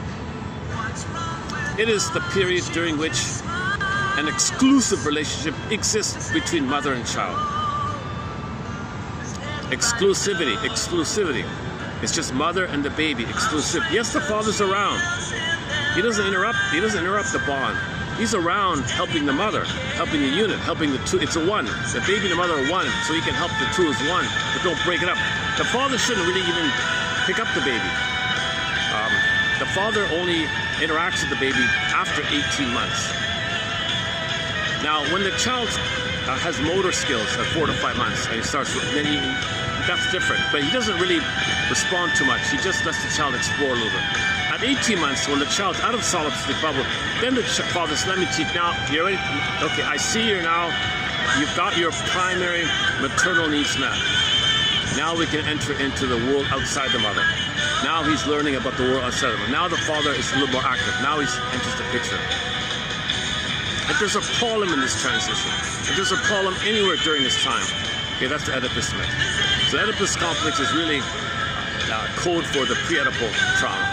It just gets transferred in the fixated point where the father can't do the mother should have done. So there's rivalry and battle. There's no father could do the mother should have done. There's three there, but it's really a two people thing. Again, the two people thing. So yeah, it fits in. This patriarchy thing is misleading. The matriarchy, okay, creates the problem with the patriarchy. The patriarchy is there as a symptom of the matriarchy being wounded. If the mother-child dual unity is wounded, that's the maternal area. If that's wounded, then the doing afterwards will be whacked. So that's the whacking of the doing comes from the wounded, of the mother-infant woundedness. So the mother failed the baby. He's angry. Father can't correct him. He's fighting. Come on, father, do what the mother should have done. Come on, father, fix me. Come on, do it. Give me one mother. I can't, kid. I can't get teacher, but I can't be your mother. Come on, I'm angry at you. So this is the issue of the negative patriarchy. All the acting out of the rage of this period because the mother failed the baby in the first 18 months. The first 18 months. First of all, the womb utopia. Okay, assuming everything's okay there. Mother doesn't smoke or drink while pregnant. Okay, and then in the birthing time, you don't want birth trauma, so minimize the chance of birth trauma. So there's a whole topic about facilitating and increasing the odds of minimizing the chance of birth trauma. So we look at the position, the squatting, the birthing stool, gravity, pelvic tilt, maximal space, tilt back the tailbone, allow space, gravity, contractions, flow, leave the cord, lotus bird, hand the baby to the mother, and allow the primary dependency needs, the continuity of the primary dependency needs met to continue. You don't want to break that bond. You don't want to break the bond. You remove the baby, you broke it. Birth trauma. Put him on a scale to weigh him. How much does the baby weigh? Birth trauma. Put him on a torture board and he's bleeding for 30 minutes, screaming. Okay, you broke the bond very severely, very harshly. That's an extremely violent, that barbaric practice should stop. That should have stopped. It should never have taken place. So we don't cover circumcision trauma. On YouTube, there's a guy named Ronald Goldman. He's got a 6-part lecture. It's all there. His book is called The Hidden Trauma. The Hidden Trauma. Circumcision, The Hidden Trauma. And on YouTube, he's got some lectures there. You get a good summary in like 3 hours, basically. You get a good summary of the whole. He summarizes the book in 3 hours on YouTube there. He's saying the obvious thing. It's barbaric, it's savage, it's cool. Why are we doing this? He said, well, in the name of pillage and plunder, we want to plunder the place. So again, why are we plundering? Okay, that's 10,000 years ago. It's an accident. So ban this, or just people have enough. See, if we're in the age of self-knowledge, then things like circumcision trauma will disappear. Okay, removing the cord will disappear, i.e. the cord will stay. If the cord stays and the baby's handed to the bosom, the skin to skin, the hormones are there. Mother produces the hormones for the bonding. Skin to skin, heat lamp or candles, room is warm, a little dark. The baby transitions from the water world. He's a hero, making a real effort to come to the land world. Give him time, let him settle in, get used to the land version, but it's still a cocoon kind of thing. It's still like a psychological egg. He's biologically born, but for his emotional birth, psychological, he needs that oneness phase called symbiosis. The symbiosis is up until 18 months. It's in 2 parts. From birth to 4 to 5 months, it's just constant skin to skin, and then he's got motor skills. Now he can walk and run and crawl around. So he disperses the breast mother and the mother to the world. That's called the world is my oyster phase. He thinks the world is his mother, and he's entitled, center stage, king of trauma there. He ends up with the NPD personality, BPD personality. And the NPDs have a whole variety, a whole catalog of NPDs. The waif narcissist, the clinging vine narcissist, the passive-aggressive narcissist, okay? The idealizing or voyeuristic one, called the closet narcissist. You're in the closet looking at others, you idealize. You feel special when others are exhibitionistic one, the arrogant, vindictive, hostile one. Then the more traumatized ones, the more bully ones, and the passive-aggressive bully, Iago one. And you got the more and more disturbed ones. So that's all pre-Oedipal trauma. And all these difficult personalities that are harmful to self and others, feel entitled, who cares what, okay, any kind of jungle mentality is the pre-Oedipal trauma. So many people out there with the jungle mentality, that's a maternal issue. And you add up everybody's individual thing, you get a culture, and the culture is plunder, pillage, eat or be eaten. So that's a reflection that we're in the matriarchy. If we're in a society that says, let's plunder the planet and eat up the planet, devour the planet as fast as we can, okay, play the song Big Lie by Rick Emmett, called Big Lie. Okay, that means we're in a matriarchy. It's an oral. Eating up the planet is an oral issue. Oral time, oral trauma. Oral is synonymous with pre-Oedipal. Pre-Oedipal trauma means oral trauma. Oral means the time between birth and 18 months. It's an oral time. Means oral just means like mothers mirroring and soothing and not just milk and feeding. No.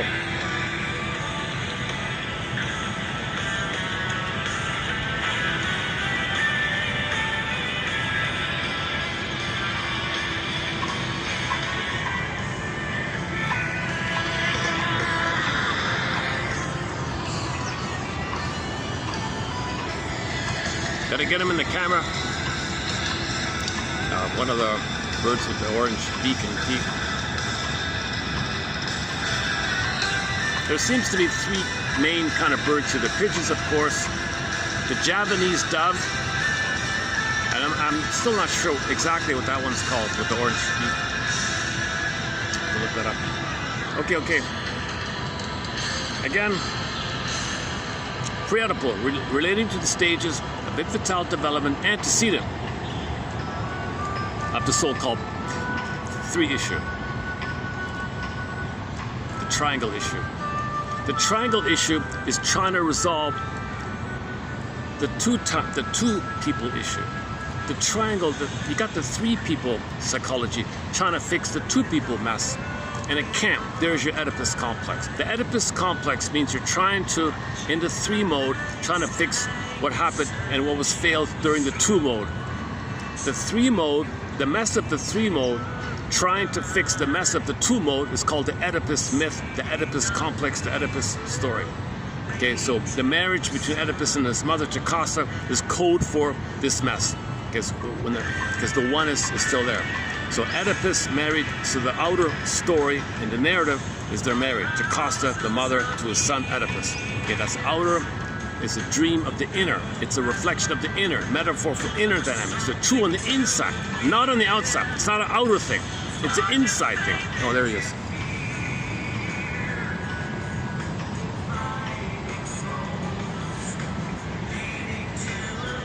Okay, so that conveys it already, right? The fact that there's a marriage, and the father's not around, right? Elias is not around. The father, Elias didn't want the kid. See, Elias couldn't be a father. Elias said, "Mother, darling, I can't be a father. Get rid of him. Here, take them." So she goes along with it because they're in a collusion. Elias and Jocasta are in a negative collusion to fight with themselves and scapegoat the kid and reject the kid who's rejected. So the metaphor means inwardly your soul is exiled. And then the romance fantasy was in the story. The romance fantasy is you have happy parents, you have loving parents. My parents like this? No way. I have a really good parents. There was a mix-up at birth. There's a loving mother, a loving father out there, and one day I'll be reunited with them. So Oedipus, so that's the split in the mind. That Jocasta is the bad mother, and Minrope is the good mother. Okay, Elias is the cruel father, and Polybus is the good father. That's the metaphor of either or like that. It's separate. So if you have either or thinking like that, that's a sign of trauma. And he's married to mom. Stress, click, click, either or, click, click, either or. Oppositional, adversarial. He cannot find the third side of the coin. He can't find something new. He's got the armor, the grandiosity, jungle mentality, and this is all pre-Oedipal trauma. Oral trauma, pre-Oedipal. Related to it is the soothing idea, so all the oral fixations will be there. Gambling, smoking, drinking, promiscuity, materialism, focused on money, excessively focused on money, feeling entitled, lack of empathy for others, who cares, all that stuff. Okay, the cynicism gratifies your grandiosity.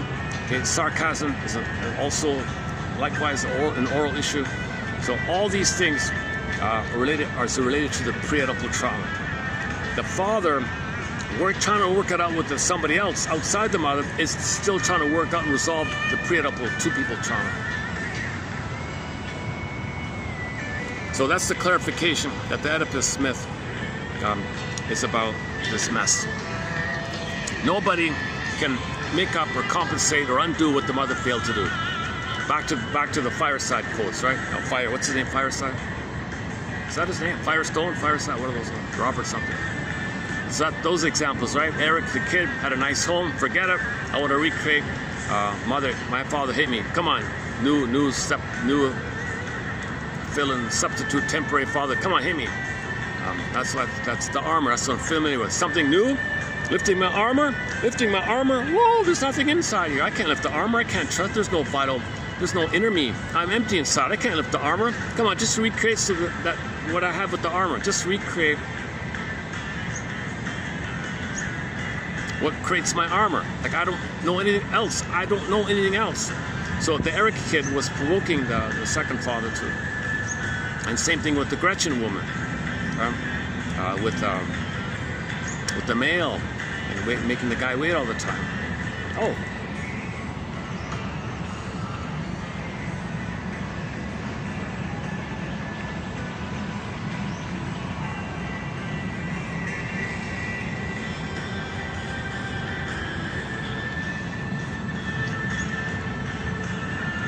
Yeah, today's an awkward day. I wasn't planning to come here, but due to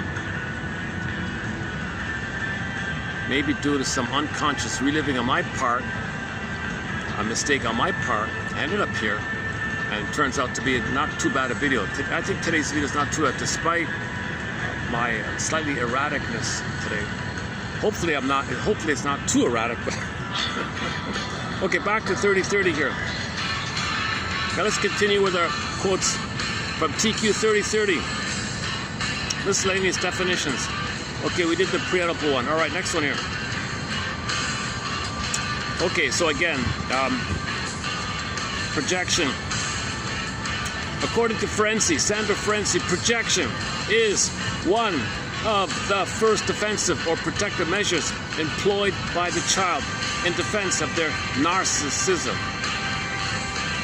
When the child realizes that he is not omnipotent, he begins to ascribe omnipotence to those about him.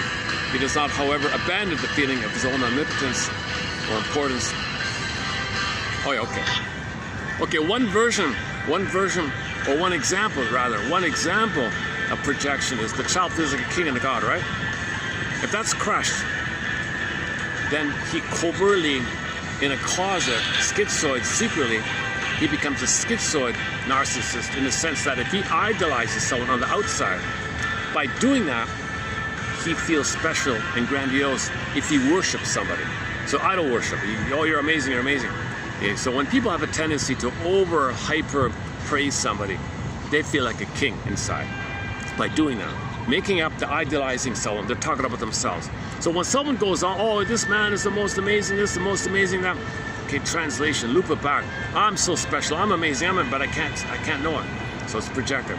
So that's sometimes, it's a variation of the gold. It's a kind of, I can't say golden projection. Golden projection means your positive traits. So it's not even that, right?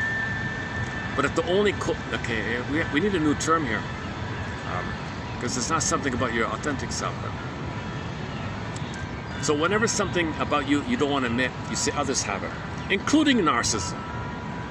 That's what he means, right? All right. Masterson, for more on that point, Masterson's work, he has a thing called the closet narcissism, a variation of Mr. Coates idolizing the other. Next one here. Okay, here's a key. Okay, related to the pre-edible. Okay, symbiotic stage. The child dimly recognizes the mother as a need-satisfying object and functions as though he and the mother formed a single omnipotent system. Again, the child dimly recognizes the mother as a need-satisfying object and functions as though he and the mother formed a single unit. At this period, the mother must function as the child's auxiliary ego. So the mother has the mind. The child doesn't have a mind yet, right? Performing functions the child cannot do for himself. This phase extends up until 18 months, when it is succeeded by the stage of separation individuation. Okay, so you got the symbiosis up until 18 months, and then he starts to now void your seek thou forth to find yourself. Rapprochement phase, experiment, trial and error. So from 18 months to age 4, he's in this whole kind of exploratory phase of identifying his uniqueness, expressing what might be unique about him, knowing what's unique about him, identifying that he's a vital self, a core self, a true self, a budding beat, emerging self, nature's greatest miracle. Never in all of history was there ever any original model like him. Everybody's an original model. He's finding out how he's an original. Never in the future, okay, never in all of history, nature wants everybody to be a little unique, and you're meant to express it as meaning, path with heart, and the Great Spirit's happy when you do so. Plus, the odds of anybody being here are 1 in 400 trillion. Okay, nature's greatest miracle. So the child is now in the nature's greatest miracle mode, or Virginia Satir's I am me mode. And what do I like? So he tries things out, he experiments. He's gonna freak out at some point. Runs back to mother for emotional refilling. Mother just says, you're safe. You have a safe base. You're safe. You can explore, get scared, you're safe. Explore, get back and forth, rapprochement. During this process from 18 months to 4, he's gonna gradually figure out, okay, mother was always there for me. She never punished me or rejected me, didn't tell me that I should fail to please her, didn't tell me that I should not develop because she needs me. she allowed me to be myself. My mother had Freude, love for my autonomy, love and joy for me finding out who I am, who I'm meant to be, my unique self. I so much appreciate that mother had this, allowed me this dual thing where I feel safe and I can explore. I can have it both ways. I can feel safe and explore. Safe and explore. This back and forth, rapprochement fait, famous rapprochement fait. The problem here is some mothers freak out at this point. Wait a minute, you're gonna know yourself and express? That means you don't need me, but I'm using you to play a role to come for me. You gotta be a failure so I can feel better about myself. You gotta play a role so I can feel better about myself. You gotta be a scapegoat so I don't feel my shame. You're keeping me together. No, I crush it. I sabotage your interest. I'll only give you support if you fail. Okay, then you get into all kind of personality problems. Mainly, okay, the histrionics, hysterics, impulsives, maybe acting out. So they're a little erratic like that. That means they're fear of success, fear of what they like, because they're stuck, frozen, and they're armored in that kind of later place. The narcissism might be gone, so they might still have some love and some gratitude. They're kind of betwixt in between the above. But the prior one, before 18 months, that's the stingers. So stingers and the clingers, the stinger mode, okay, it's more hard, the hardened shell, schizoid, grandiose, armored. They're more armored like that. The implosion of affect's going to be there. Things are more passive-aggressive and covert, whereas the other one's still expressing a little bit. It's confused, it's muddled, it's messy, like that. A lot of obsessives marry hysterics for the expression of affect, based on release.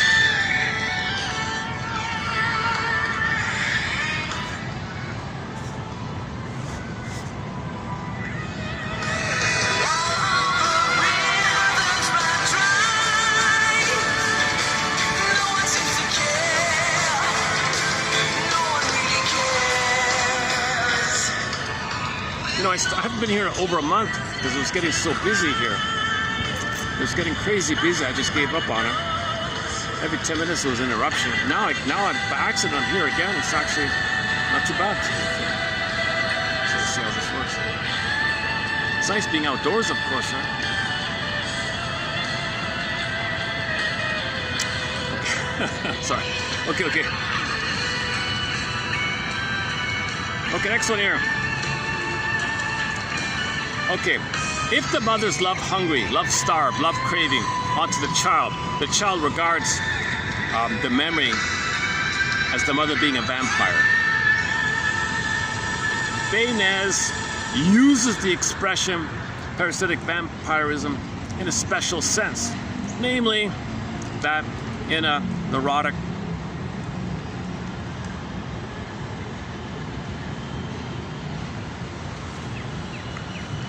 sorry. Okay. Variation, same kind of thing. I'm thinking about another one here. Okay, Baynes uses the expression parasitic vampirism in a special sense, namely that in a psychoneurotic client, compulsive mechanisms are present that are constantly driving the person. So what's driving you? Okay. These drives have a quote-unquote demonic appetite. The more they have, the more they demand. They know no reasonable bounds. Yeah, okay. So we had a quote from Linda Leonard that if you were to just have the spokesperson of the energy that's desperately trying to get mother, okay, then you're kind of married to this demon thing. So he's your demon lover or something. I'd say awkward. It's an awkward idea of hers. So if you're dysfunctional, you're married to the demon, but the demon, okay, is insatiable. It's vampiric. It's a parasitic vampiric mode. Okay, that's just a symbol, a Picasso painting to represent the baby's original state of oral rage and greed unmet. Baby's in the oral phase unmet. Okay, turns into a vampire image in the mind. Block turns in himself. Okay, so now he's tied to this thing. This is what's driving him. It's painful. To get out of the pain, try again. Never enough. Try again. Never enough. Insatiable. Try again. Never enough. Give me more. It doesn't work. and they get the chemistry involved. So he's in his Santana Kleagle's repetition compulsion. The pain is pleasurized by tracing for symbols of mother. For a moment, you think you have mother. It triggers the chemistry. When you do have mother, you feel better for the moment, called psychic masculine. This is dependent on the search for mother, symbolic, standard, ersatz, fake, imaginary, illusionary mothers, trigger when you had mother. Okay, this has an addictive the machination of this is called ATM, addictive trigger mechanism. So you're triggering the past. Dopamine means chase for symbols, trigger the past. Chase for the past, chase for the past. Okay, because you're in pain now, chase for mother, but it's only for the past. So so what are you married to? Who are you with? With a demon lover. It's an awkward phrase. I don't quite get it, but this is a similar idea. So you're married to this vampire. This psychic thing means you're married to your own unmet need for love. You're married to your own unmet need for love, but that need for love became voracious and demanding like a devil, because it's destructive. Because when the need for love is unmet, it ends up with destructive fantasy, devour the best, control. Remember, the baby's the oral phase, so rage, devour, then it's destructive. L-I-V-E, crunched up becomes E-V-I-L. The image of the EVR is still a cry for love. The devil image is code for equals, put an equal sign. The baby wants mother's love. So he's married to the devil, okay, just means he wants mother's love back in the nursery. That's all it means. Anybody who uses these kind of, in pop culture, oh, he's a devil worshiper, okay, that just means that in his unconscious, okay, he wants mother's love. He desperately wants mother's love. It's a desperate, aggressive, violent fantasy, because without the chance for mother, he'd perish. So this violence, the violent side of it all, preserves the grandiose self, because there's nothing inside. You see, there's annihilation inside. There's nothing inside of him. Okay, the vital self was exiled too far. He's too out of touch with his soul. That's what the Odyssey means. That's why it took 20 years to find his vital self. So far away, the vital self is exiled. Snow White's in a coma. Rapunzel in a tower, etc. So it's there. It's just distant. You're just not aware of it like that. So the key of therapy is to get you in touch with that. Okay, you got to look for the kernel, not the shell. You rebuild yourself from the kernel, not the shell, not the armor, the kernel.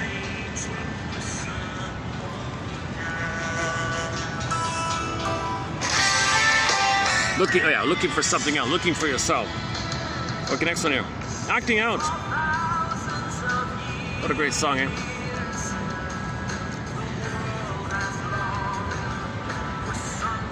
You know, this guy has a day job, right? Like, this is like a part-time band. The owner of the band is full-time, but they don't make much money, these guys. A great band. They're unknown. They're an unknown, little tiny indie band, totally unknown. They got a small following in Germany. That's what keeps them going. The area around Germany, Netherlands, something like that. This live concert is from Germany, I think. Unbelievable. They're from Quebec. These are Quebec guys. Unknown. I think they only performed once in Quebec or something like that. And once in some little indie concert in the States somewhere. Just like a handful of people in the audience. Unbelievable. What a great band.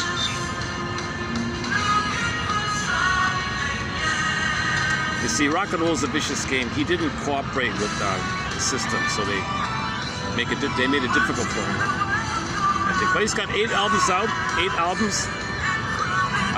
We have 6 of their songs on our soundtrack here. From their album Feet of the Mind. Oh.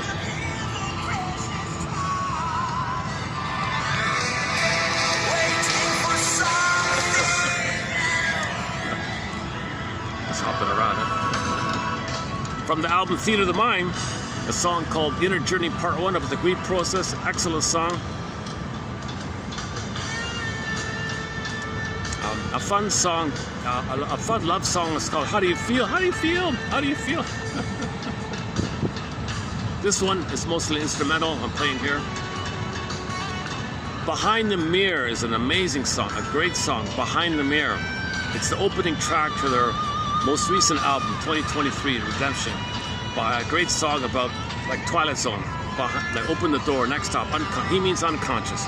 Everybody has a behind the mirror, meaning code for everybody is an unconscious, another world like that. So for an empathy, from a point of view of empathy, everybody is an unconscious, number one. So everybody has a frame of reference they don't even know about. This frame of reference is their armor, trauma, it's in pain, defensive structure, they're afraid to live with love, they're operating from that kind of place. Whatever dysfunction you see, their unconscious is creating it. Empathy like that. So try to see things from other people's frame of reference by recognizing everybody's imprint, everybody's a blueprint, everybody's developmental needs. Most people have all pre-adaptive trauma, okay, seen in the three area. People are trying to get mother's love in the past.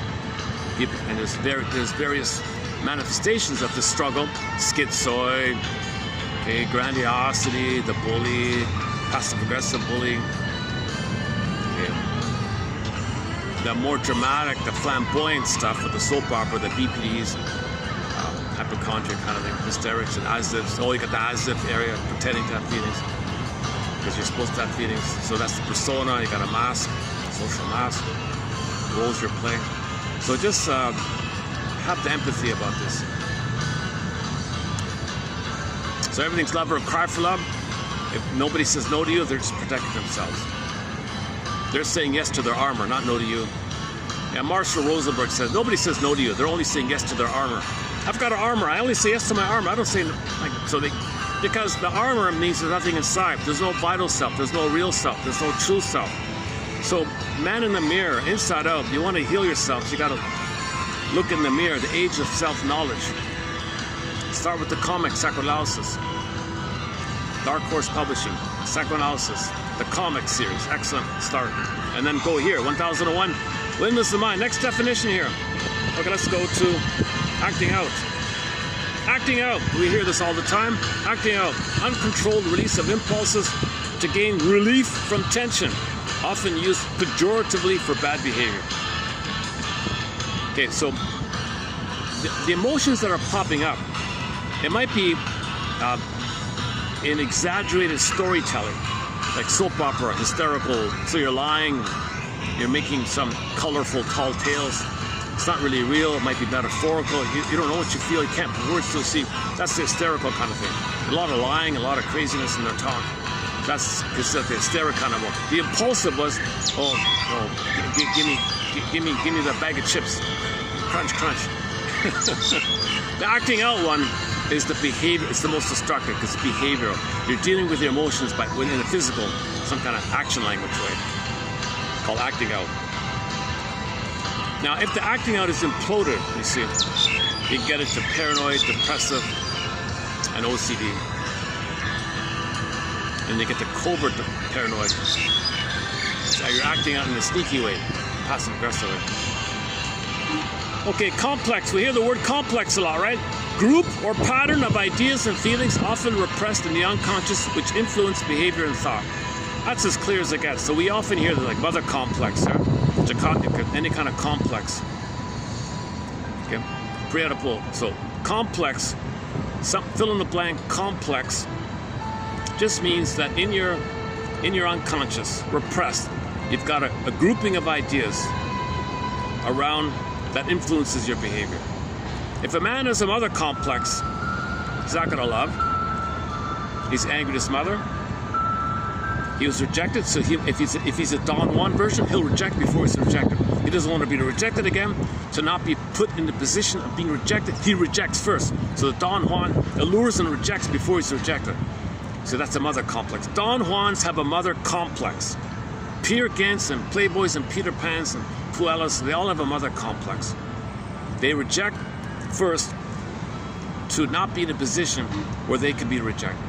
They've identified as aggressor. Mother rejected them. I don't want to feel mother rejected me. Be the aggressor and reject first. So that's a mother complex. Being always rejecting first and never trusting, never getting out of your shell, your armor, is a mother complex, for example. Defense mechanism, we hear this phrase a lot. A response or reaction to protect oneself from feelings of pain or distress. As simple as it gets, eh? Displacement, transfer of emotion from original source to substitute. Look how concise this dictionary is. So displacement. Oh, like one of the birds here. Let's sit.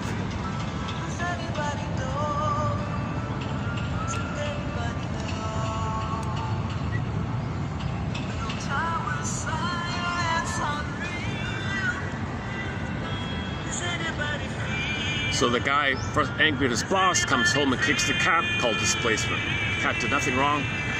Even if he did some little thing, your anger at the boss is onto the cat, using the excuse of the little scratch he made somewhere.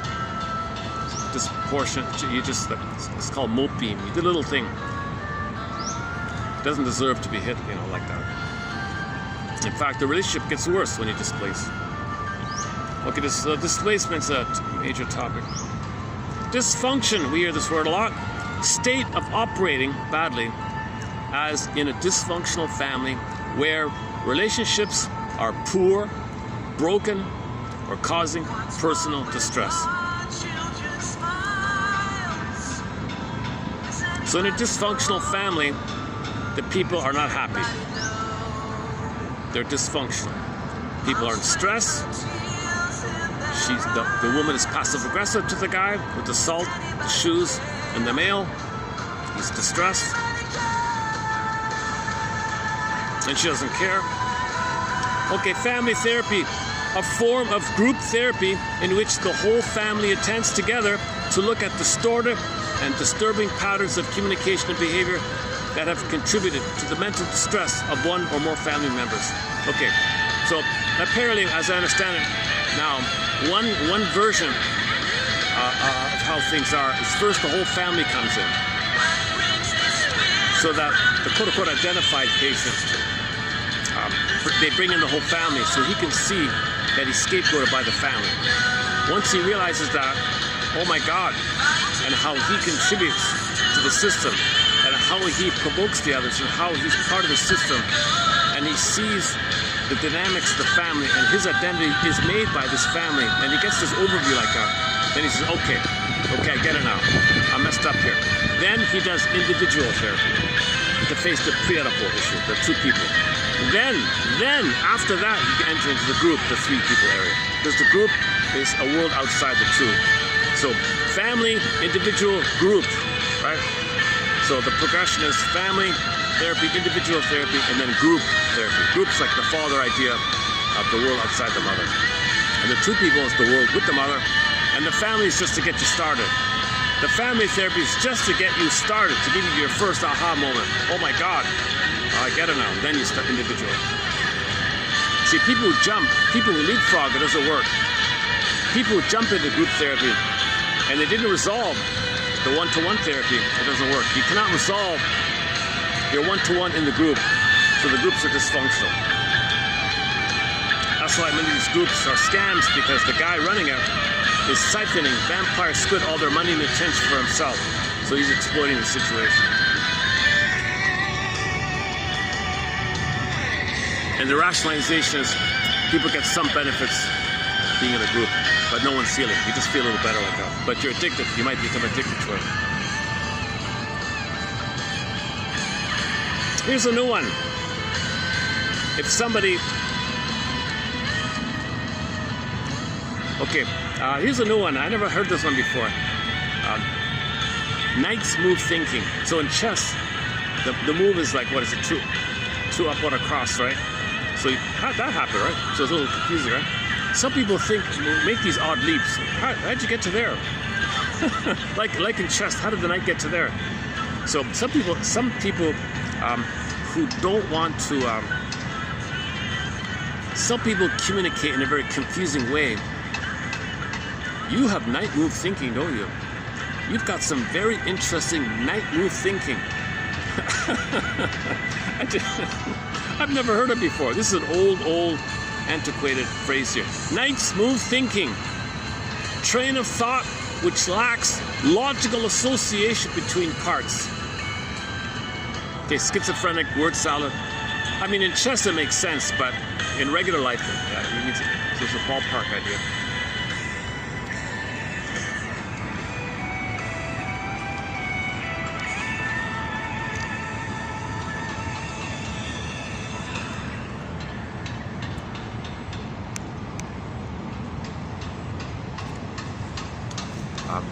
So obsessives cannot think broadly outside their minutia area. If pushed to do so, it's erratic. And then if you confront them on it, they get enraged and have a Jekyll and Hyde moment. And the violence of the Jekyll and Hyde moment is to protect their grandiosity, of the pride of the minutia place, or they're perfect in some minutia area. So back to, yeah, I got to work on this. Back to Mr. Why do I block on this man's name? It's a familiar name. Summers, Frank Summers. Oh, think about the weather, summer. Okay, Frank Summers. I don't have it. I didn't post it, but I commented on it briefly. He was trying to explain why there's a glorification of violence around where he is. So I talked about the Decoy show is so violent, the Peter Gunn show is so violent. All these shows, they're glorifying it with beautiful women and handsome guys. They're so smoky, they're so cool, but it's all violence. Why is there this propaganda of the coolness of this mode or something?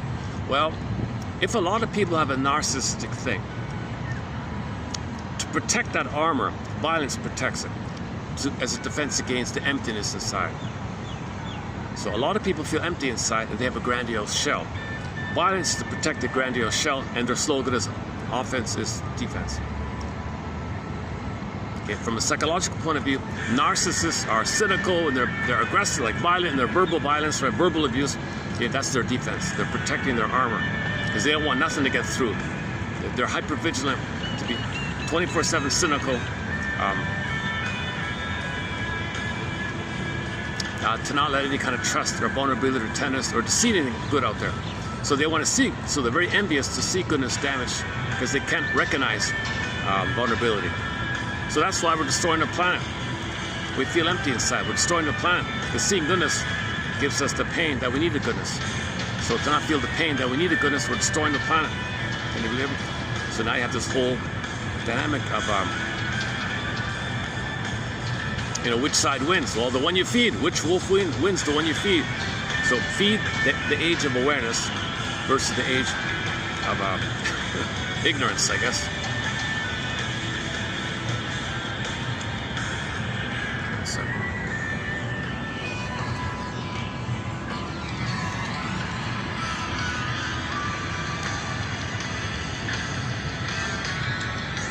Nervous breakdown. Layperson's description of sudden onset of mental distress. Rationalization. Psychological defense mechanism in which reasons of dubious validity are given to justify unacceptable behavior. So what you're doing is unacceptable, extremely ugly, but you cloak it with some flim-flammery that fools everybody. It sounds reasonable. It's confusing, it's vague, it's night moves thinking, it's tricky. So you try to get away with it, and then you believe the lie, you believe the night's move thinking, to fool yourself and others, to cloak, to cover that it's reasonable to destroy the planet. It's not reasonable to destroy our home. Yes, it is. Why? It's not reasonable. So the rationalization is, well, okay, so enter all the slogans of the pillage system. Okay, so let's not open that door. It's a 20-hour video if I do that. So there's a long list of rationalizations. And all these rationalizations, as I list them in my mind, all these rationalizations have an infantile tone to it. They're all extremely infantile.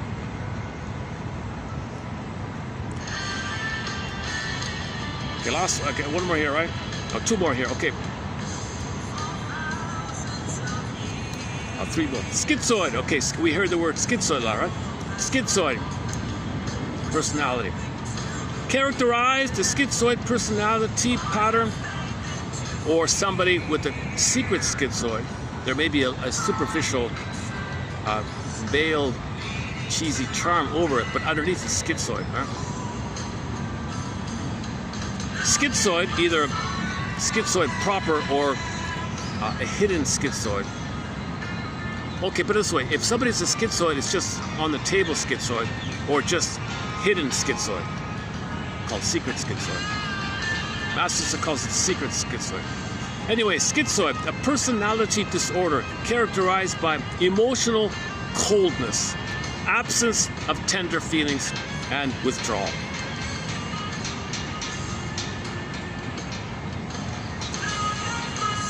Now the schizoid, there's variations here. The schizoid could be like the turtle narcissist, just leave me alone idea. And they want, and Guntrip thinks they want to tap into the fantasy that they remember once upon a time in the womb, they were self-sufficient, omnipotent unto themselves. Don't need anybody, and try to reclaim this fantasy. Scary stuff. They're reasonable, but on another level, in terms of relationships with people, they don't want to need anybody and feel self-sufficient, emotionally speaking. And others are just things. So the wife said, you're never tender, you're never present, you're never emotional. What are you talking about? What we do together is just a mechanical thing, like a tension. It has nothing to do with love or something. She was out of there. She packed her bags. Because she was living with a schizoid man. And there was never one moment, he could never hold her hand with warmth. He could never give her a hug or anything. He could never, there was no tenderness. Everything was cold or angry or something like that. So the intimacy area was really kind of miserable for her. So every time she confronts him, don't you love me or something? What do you think we're doing? Isn't this love? This is not love. There's no love. I don't know what you're talking about here. Schizoids. 21st century schizoid man.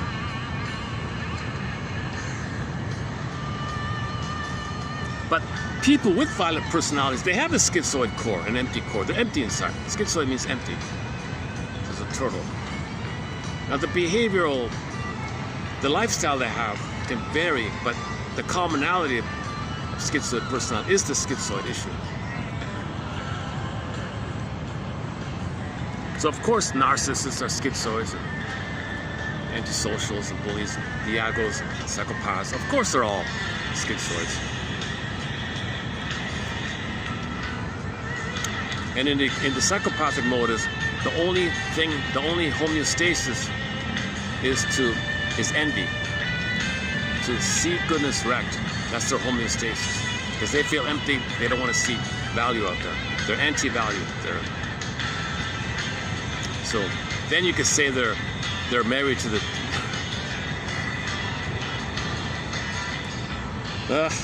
okay, go to the letter quote discussed recently. Somatization, expressing emotional distress through physical symptoms. These are very catchy abbreviated phrases here. Expressing emotional distress through physical symptoms. The body bears the burden. So the body is revealing and expressing your distress. It starts off with the baby crying to the mother, it reaches the mother, it's to the mother. Block turns in, body bears the pain is the cry to the mother. The pain leading a symptom, an ache in the body, psychosomatic symptom, an organ issue, maybe an organ breakdown, skin issue, anything, any organ problem, or any circulation, anything about the body that's problematic. Okay, that's called somatization. It's the pain that reveals, but it's within yourself, so it's concealed. Psychosomatic symptoms reveal via the pain and conceal your cry and anger at the mother for not meeting your needs for a safe attachment style. For a summary of this, John E. Sarno's books about the back pain book. So he said to a guy, "You've got back pain." Well, that back pain means once upon a time you were angry at your mother and you wanted her love. You wanted love from your mother. It failed. There's your back pain. What? John E. Sarno. Transference. The client transfers feelings from an earlier stage in life or for another person into their relationship with the person in the present. So when you transfer feelings from childhood to somebody in the present, that's called transference or displacement.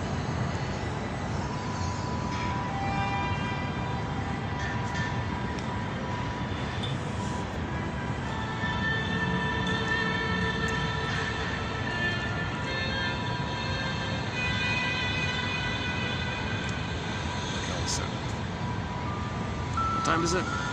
4:10. Okay.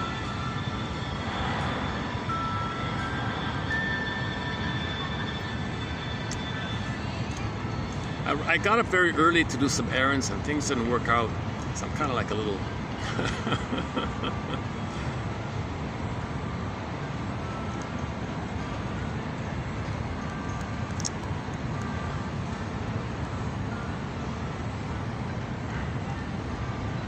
So empathy is part of the picture. If somebody does something and you feel triggered, okay, what I'm doing myself is I try to figure their situation first, like why they behave that way, and then work on myself, so to speak.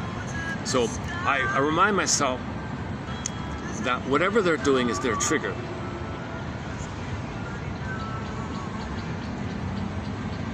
It could be some really little thing. You didn't greet them the way they wanted to be greeted. You didn't look at them when you said hello or something. Or you rushed in the cab and they expected, why'd you rush into my cab? This could be something you can't even, some people are, so you look at your side later. I look at my side of it later. I first kind of try to analyze the other person first, then look at myself. Okay, so their unconscious is behaving that way as a grandiose shield, an offensive shield to protect themselves from disintegration anxiety. That's the 9 armor routine. Their narcissism is very tenuous. If they feel slighted in some way, they get aggressive, and that violent, aggressive reaction or something, that's to protect their armor. So then I get triggered. What the hell? I did nothing. I'm scanning. What did I do here? I didn't slam your taxi door. I even said hello politely a little bit. I don't get it. What happened here? What? But suddenly he's in a bad mood. Whoa, what the hell? Okay, and then I look at myself as I look at those kind of things. What did I do? Maybe I could have entered the cab more slowly. I mean, there were cars behind him. So I thought I should enter in quickly. I didn't slam the door. I got in quickly. I thought I was doing him a favor, maybe. Maybe he thought I was rushing him. No, so maybe misunderstanding. Oh, maybe he's triggered. Oh, you don't tell him, don't rush me. You give me the vibe here that you're in a hurry. What's the hurry here? My thought is, I don't want the guy behind honk or get annoyed, so I came in the cab quickly. Oh, you're rushing me. So maybe I got to think in those kind of terms. Like, what did I do?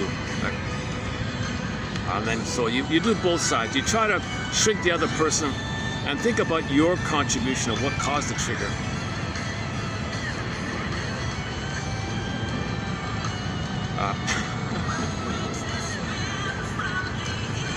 So when you're triggered, we're all shelled, we're all schizoid, narcissist, grandiose. When we're triggered, we're all in a narcissistic moment, right?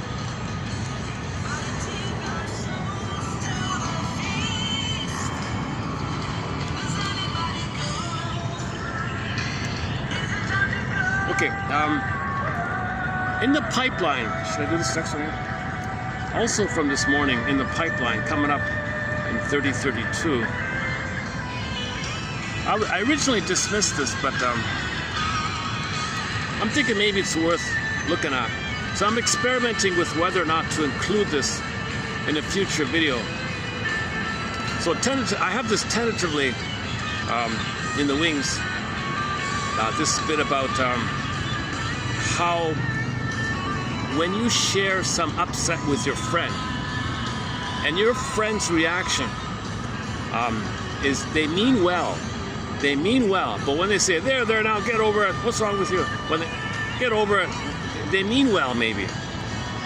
So you share some upset with your friend, And many of the reactions you get from the friend, they mean well, they want to help, they're there for you, but they're triggered.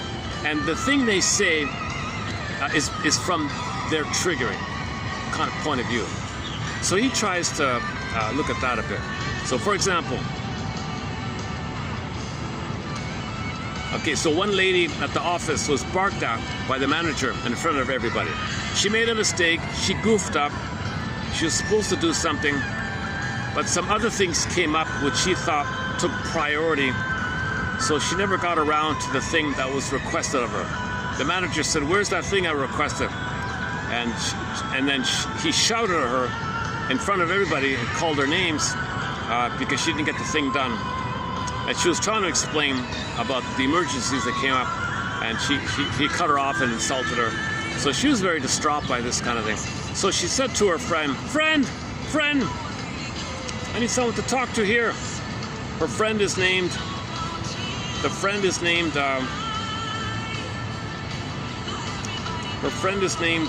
her friend's name? Is it in here? Joan, okay, Joan. So this woman here, whatever her name is, I don't know. Okay, so this woman says to her friend, so it's more about Joan here. So the friend said, Joan, let's have some tea here. I gotta talk to you. My manager barked at me in front of everybody. Wow, I can't believe it. I'm really upset. Joan says, don't let it bother you. It was a misunderstanding. There is no reason to take it so hard. So how do you feel hearing that, right?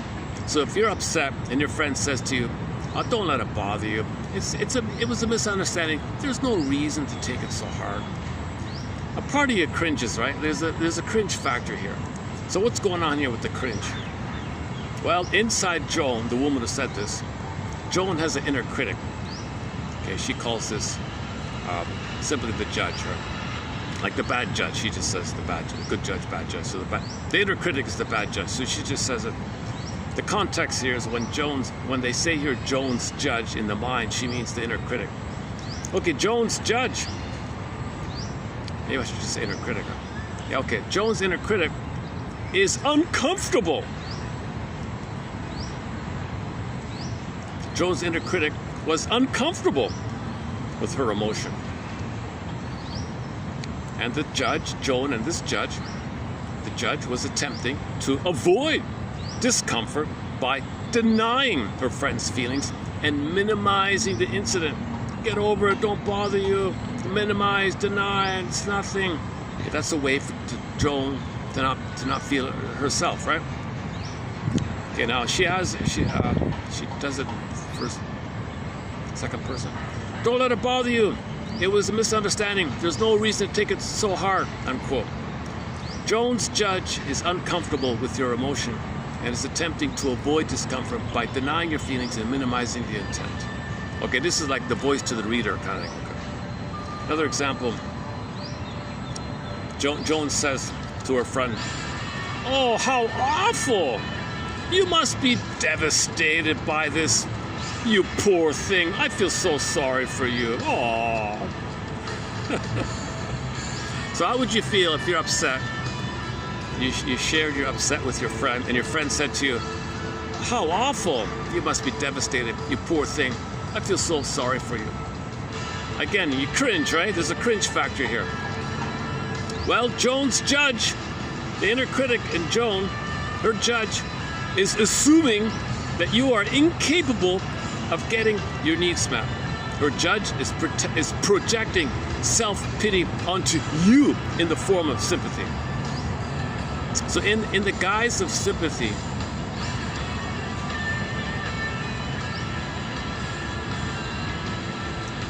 Joan doesn't know how to get her needs met. Joan also doesn't know how to get her needs met. Under the guise of this sympathy, it protects her from the pain of her unmet needs, because she's reminded of her unmet needs. So the friend had a need to be heard and to be understood, have a chance to tell her story, right? So back up a second. The woman who made the mistake wanted to explain. He cut her off and barked at her. So she wanted a chance to tell her side of the story, maybe be responded to in a respectful manner and not shout at her like that. So she had a need for understanding and respect, I guess, right? Some kind of basic respect or something, or just a chance to be heard, let's say.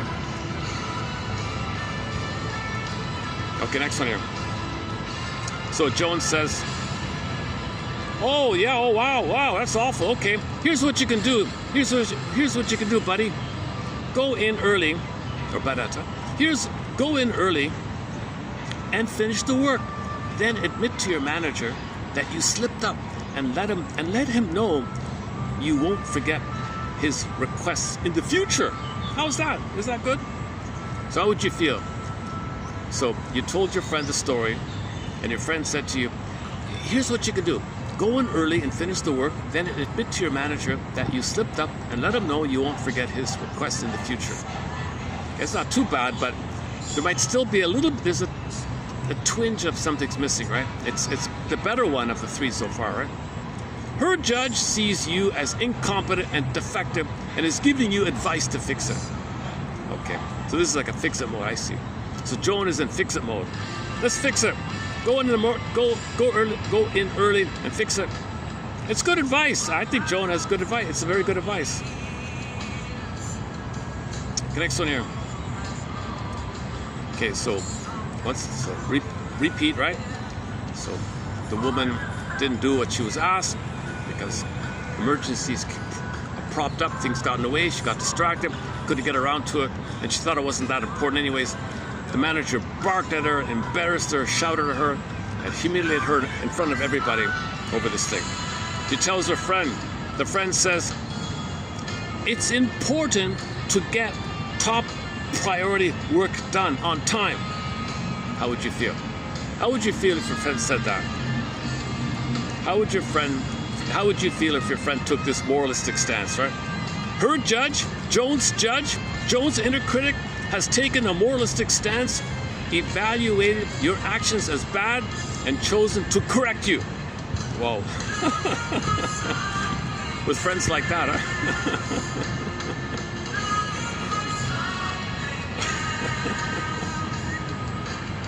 Oh my goodness, eh?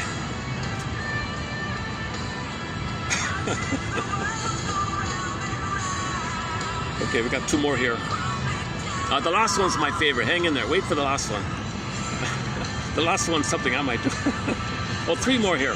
Oh, four more. Five. Oh, five. Oh, for Pete's sakes. Okay, so we'll keep going. So keep going here. Next one. The friend says, Joan says, you think that's bad? Do you know what my old boss did to me? He told me to shape up or ship out in front of the whole office. Unquote. Okay, so it's a little bit of a diversion. She made it about herself. She means well. She's trying to comfort her. Misery loves company. She was in a similar situation, but there's still a bit of a cringe factor, right? There's a tiny something missing, right? Her judge, Joan's inner critic, is egotistically attempting to shift attention to herself. Her commiseration perpetuates her inner critic's cynical worldview. Eric Byrne, in his book Games People Play, referred to as playing the Ain't It Awful game.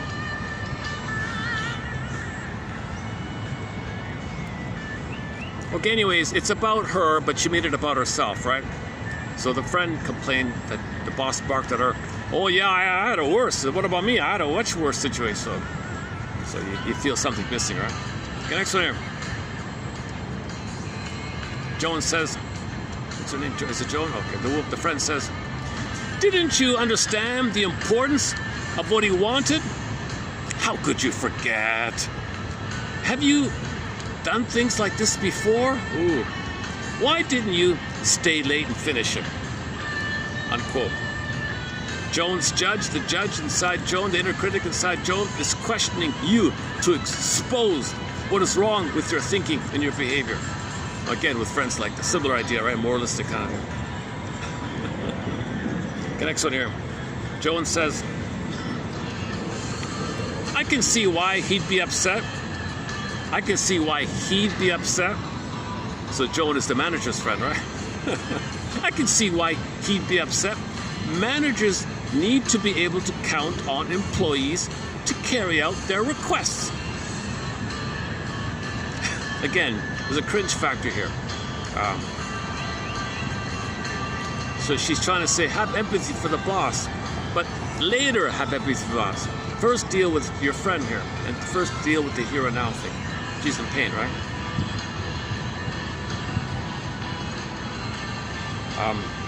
I can see why your manager would be upset. Managers need to be able to count on employees to carry out their requests. Quote, Joan's inner critic is taking the superego or parent position, projecting it onto your boss and siding with him. So frozen child, critical parent.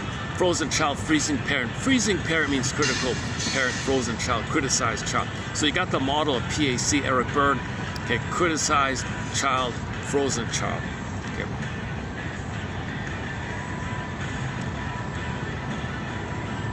Now in the mind, mother didn't love you, so you criticize yourself, crying for love to the mother. That's the inner critic. The inner critic is harsh because you're angrily trying to get mother's love, so it's very harsh like that.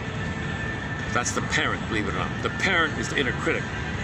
Now the adult is missing here, so there's no adult here. So in the PAC model, the adult is the adult. The parent is not the parent. The parent is in your mind. You rage at your mother, feeling in, rebounding in on yourself. There's like a monster of the id, the vampire demanding thing like that. That's the parent. So the criticizing parent is a version of the inner critic. So the inner critic is the vampire squid, in other words. The parent in the mind is the vampire squid. It's not a parent. It's a Picasso painting of your rage to siphon in, but you're doing it to yourself, called the inner critic. Come on, give me. So it's demanding and insatiable. Nothing's ever enough. What's this? How does the addiction slogan go? 1 is too many, 1,000 is not enough. So it's give me more, inch a mile, these kind of things. So it's no time, so it's repeating Sisyphus. I can see why he'd be upset. Managers need to be able to count on employees to carry out their requests. Joan's inner critic is taking this parent position, projecting onto your boss and siding with him. So the boss has an inner critic, right? Oh no, the boss is aggressive. That resembles the inner critic in him, and she identifies and projects her inner critic onto him, and identifies with his inner critic as her inner critic and sides with him, criticizing this friend here. Some friend, huh? The French just say, let me introduce you to my boss. He'll like you. I'll tell him what he said. And then okay, next one here. Okay, four more here. Wait for the last one. The last one's my favorite. The friends, Joan says,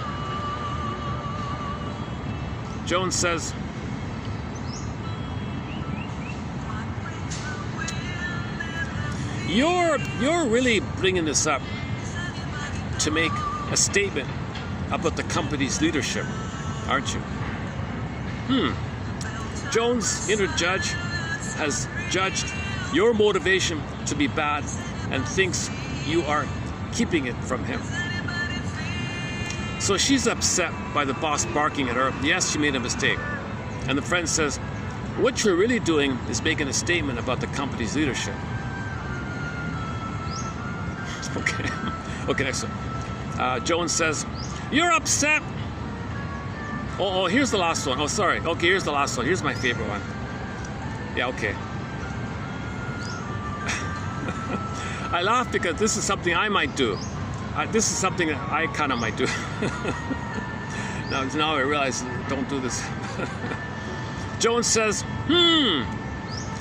you're upset because you see your boss as another victimizer. When you were a child, you saw yourself as a victim of your father's anger, and how your manager is reminding you of your father. That's why you're so afraid of him.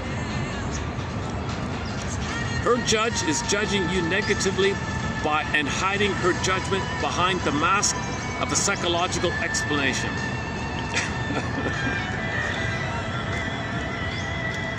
So I don't know, would that work if you're upset? The timing is wrong. The timing is not right.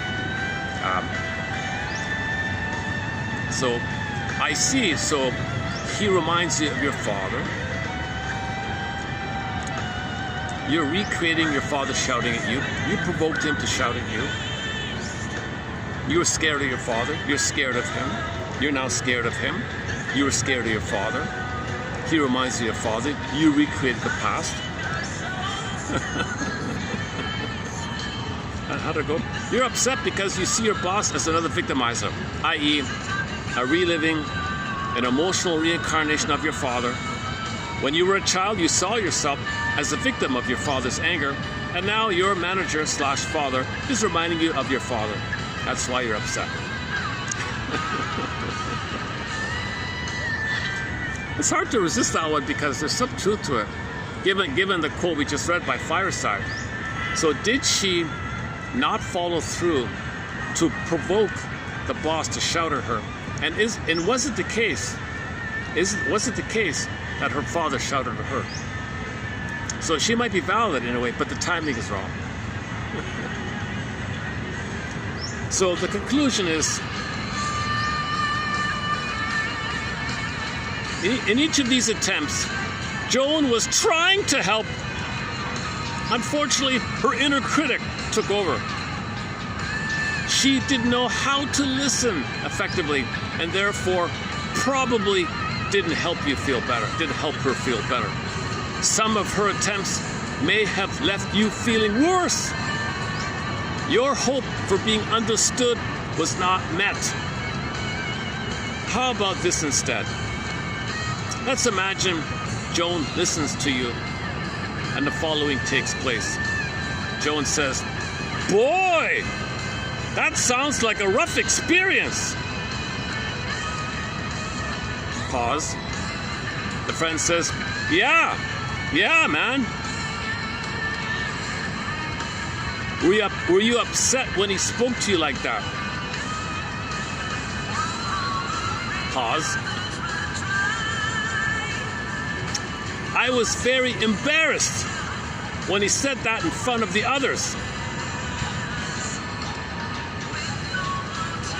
Joan says, Would you rather have been spoken to more respectfully? Yes, at least in private. So it's simple, right? But their conclusion is this simple little exchange is better than all the other versions we just went through. Again, boy, that sounds like a rough experience. Yeah, it was. Were you upset when he spoke to you like that? So it's not exactly right, but it's tentative, right? That line's kind of tentative, right? Were you upset when he spoke to you like that? I was embarrassed. I was really embarrassed when he said that in front of the others. Would you rather have been spoken to more respectfully? That's it. That's the issue here. You could have taken me aside, at least taken me aside, not do it in front of everybody. Okay, so the first part is, boy, that sounds rough. So just simple, ouch kind of thing, or wow, that sounds rough.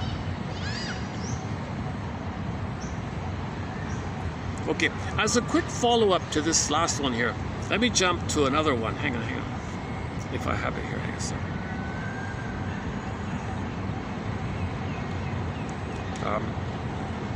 Let me see, hang on a second, 32.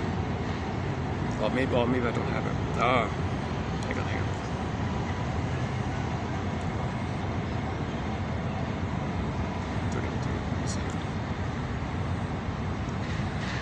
Wait a second. I just found a follow-up to that. Hang on. I'll give you a second. It's in the pipeline, coming up in the pipeline. Hold on a second.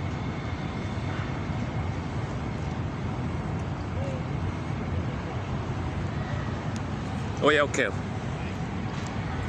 So Joan could have said, you're embarrassed. So at that last line, right? A variation is, so she said, I'm embarrassed by all that. Because you'd like your ideas to be appreciated. Connecting with the good intentions in another person is true empathy. Nancy, are you frustrated because you'd like your ideas to be appreciated? Okay, okay, not exactly. In a variation, okay, in a different story, slightly similar.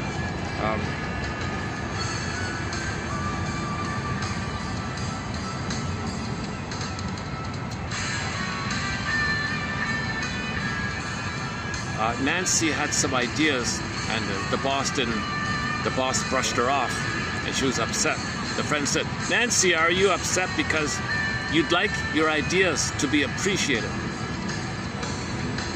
Okay, so this is the famous feelings and needs idea.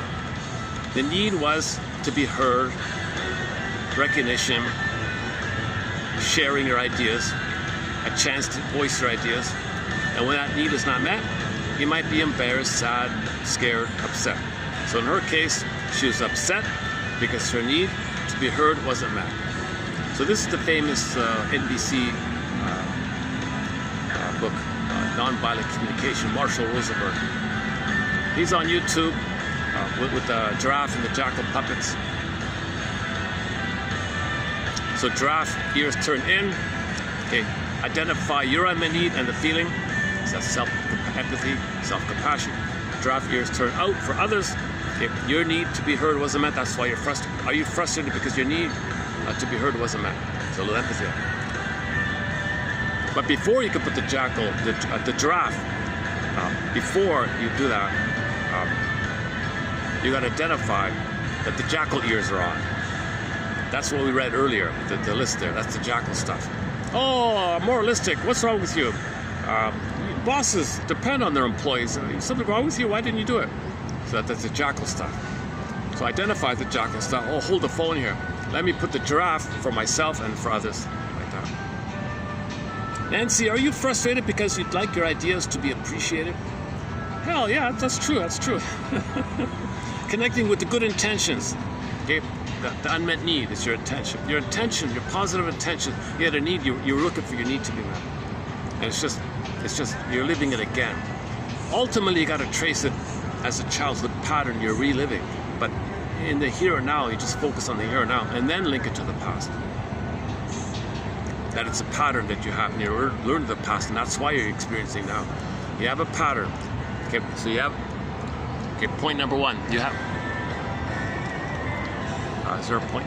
Do I got the point? Yeah, so point number one, you have a pattern in your life. You do it again and again and again and again. Okay, you learned it.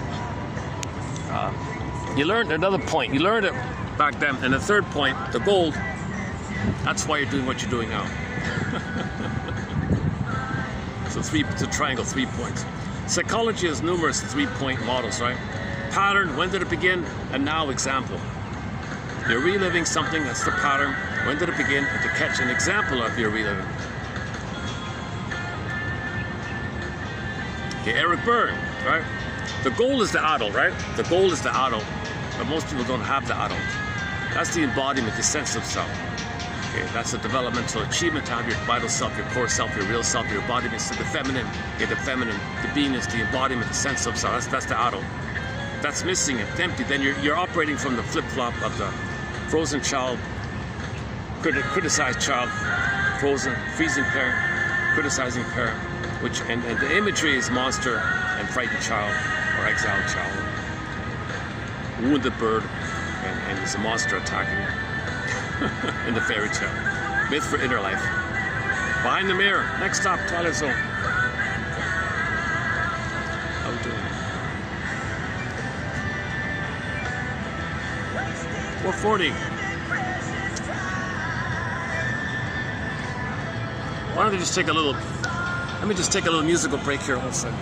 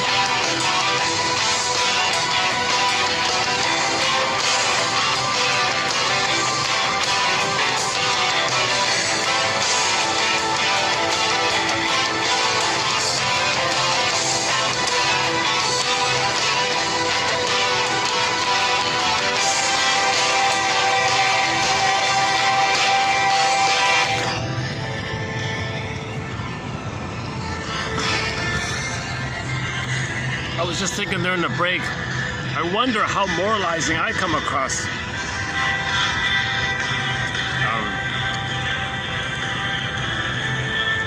I'm assuming I do come across maybe to some degree or another. I'm not fully clear. Hopefully it's not too moralizing. I don't know.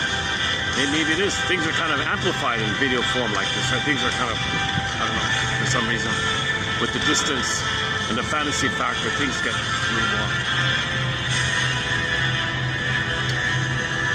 So a delivery from the adult presentation would have a calmer tone, which I don't have here. So I'm probably oscillating between the frightened child and the moralizing parent, myself. Okay, for a follow-up on this point, the Three Faces of Eve film. Okay, in the beginning, the mother was either the depressed, waif-like child called Eve White, or she clicked to the critical, aggressive Eve Black one. So the daughter, the woman's daughter, was terrified, so she got sent away, entered therapy.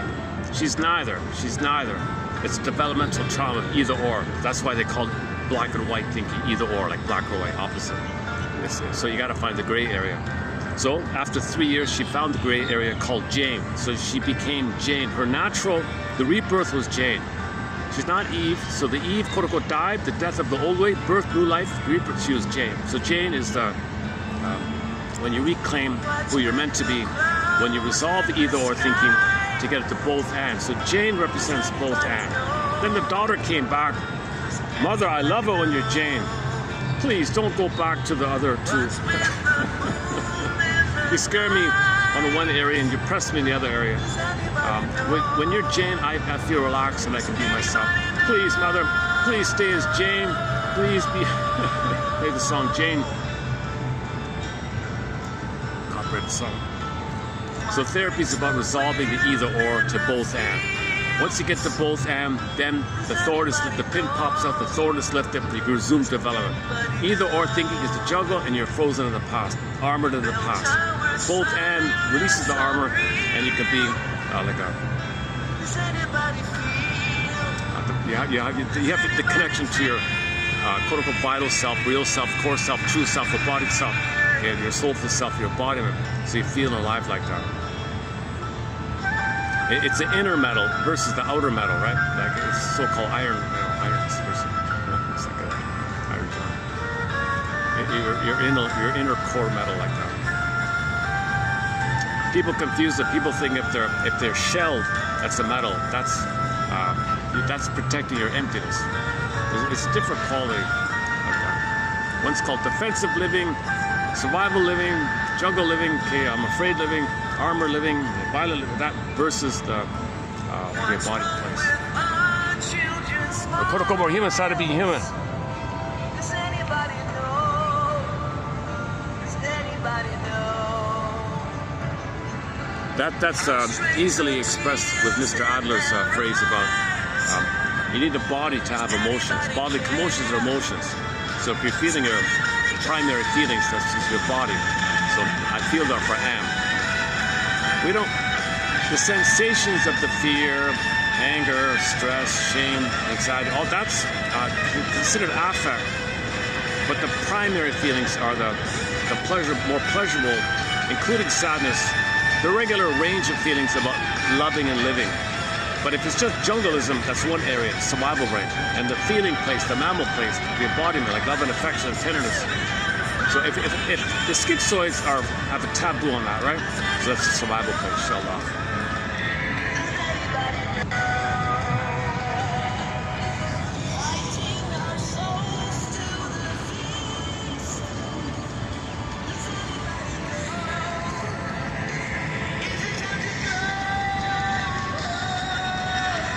Well, it's a bit of a nice surprise for me to come back here, to have it peaceful like this, because I was struggling with this venue for a while. Today's Friday, right?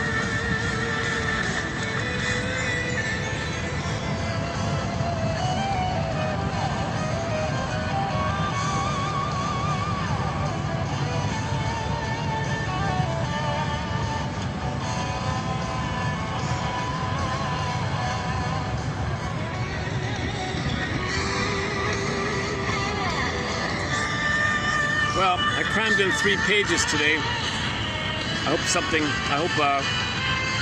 parts of it were okay. Submit it for your approval and consideration should you choose to accept it. Is to visit 3030, 3031, and 3032 to visit these 3 pages.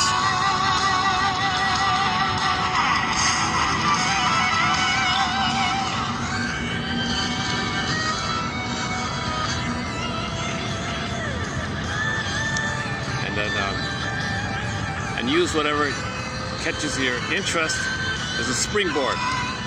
May these quotes promote curiosity, empathy, and understanding. CEU. Continuing education unit with the soul, with the psyche. I wish I had some new jokes to pass along. No one cares. Okay. Okay, this song's mostly instrumental. There's a slight reference to what's it all about, kind of like an existential, what does it mean kind of thing, a little bit like that. I don't play it for the lyrics.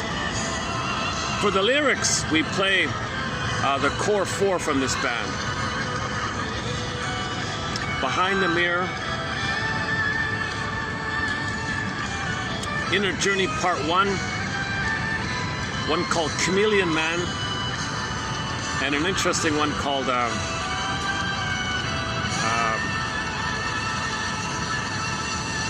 Slave to Freedom. That one, he means slave to your armor. When people who have an armor, they think it's that's their safety, they think. So they think they're free there. They're a slave to that. Slave to my dysfunction, slave to my neurosis. He means it like that. The lyrics spell it out. Anyways, it's called that. Recently we played Rick Emmett's song, Fight the Good Fight. So his aunt was ill in the hospital. He wrote the song, come on, aunt, fight the good fight, hang in there. We love you, everything will be okay. So ironically, that song might have had might not have been too empathetic, really. But anyways, he means well. So the song Fight the Good Fight for the man's aunt means well. Like what we discussed here in 32. It means well, like Joan meant well. But there's a kind of a slight, there isn't the true empathy there.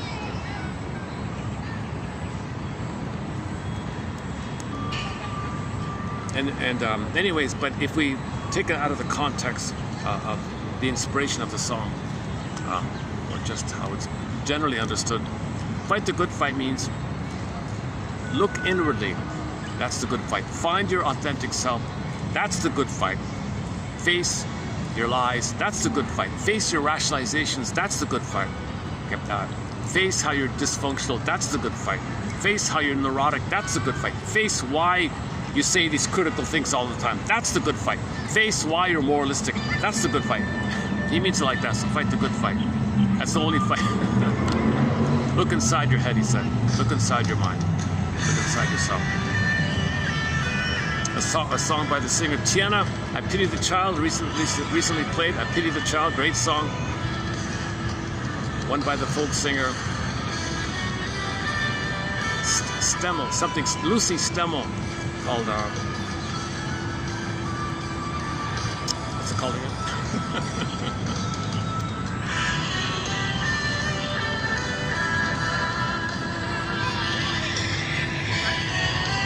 Lucy Stemmel. It's a folk song.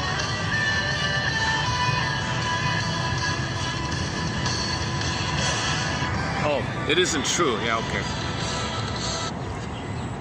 How does it go again?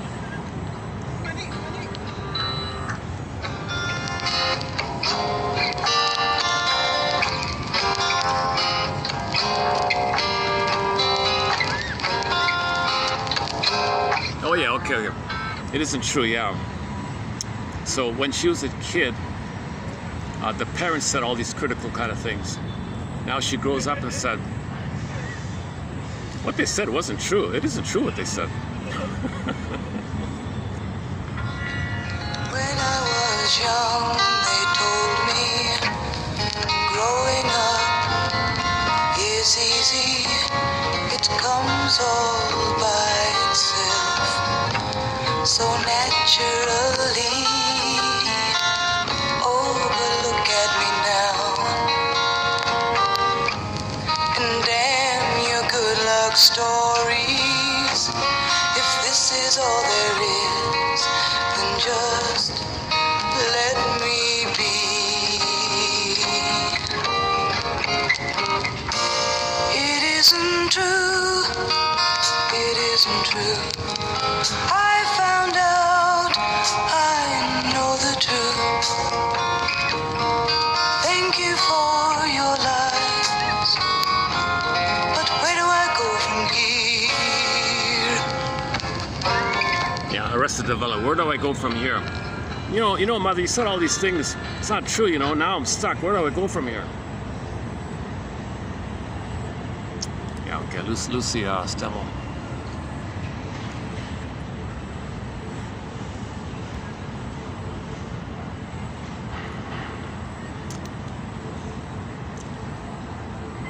Okay, I guess I should wrap it up, eh? It's kind of, things have calmed down for me here. It has taken me almost 3 hours to calm down a bit, right? I started this video in a little bit of a slightly, I was a little triggered by my morning events. I was gonna maybe postpone doing this video here, but sometimes when I get into the video, I can maybe forget it. But I've been haunted all throughout the past 3 hours by something I've been burying. So I used this video as a defense against how I was triggered myself. I'm still trying to process this issue of what I recreated. Like, how did I recreate that? But it's intertwined with other people recreating their past. You see, there's this kind of overlapping phenomena, right?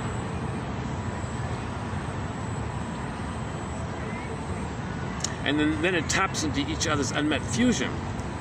See, that's part of it too. See, when there's a little confusion, the child's meant to have the symbiotic fusion, or the two are one kind of thing. So a lot of confusion like that might be this need for your fusion, but you can't. And the other one want a fusion, but it can't happen, right? So when you're processing your triggering, I think you got to face. I have to face. I need to face. I believe I need to face my unmet symbiotic. Because maybe the drawing to the event, maybe there's like it triggers the yearning for oneness or something. Maybe there's that, and you don't want to give that up, right? But that's still a childlike place, you see. Yeah. So I feel a little better just thinking that a little bit. Yeah.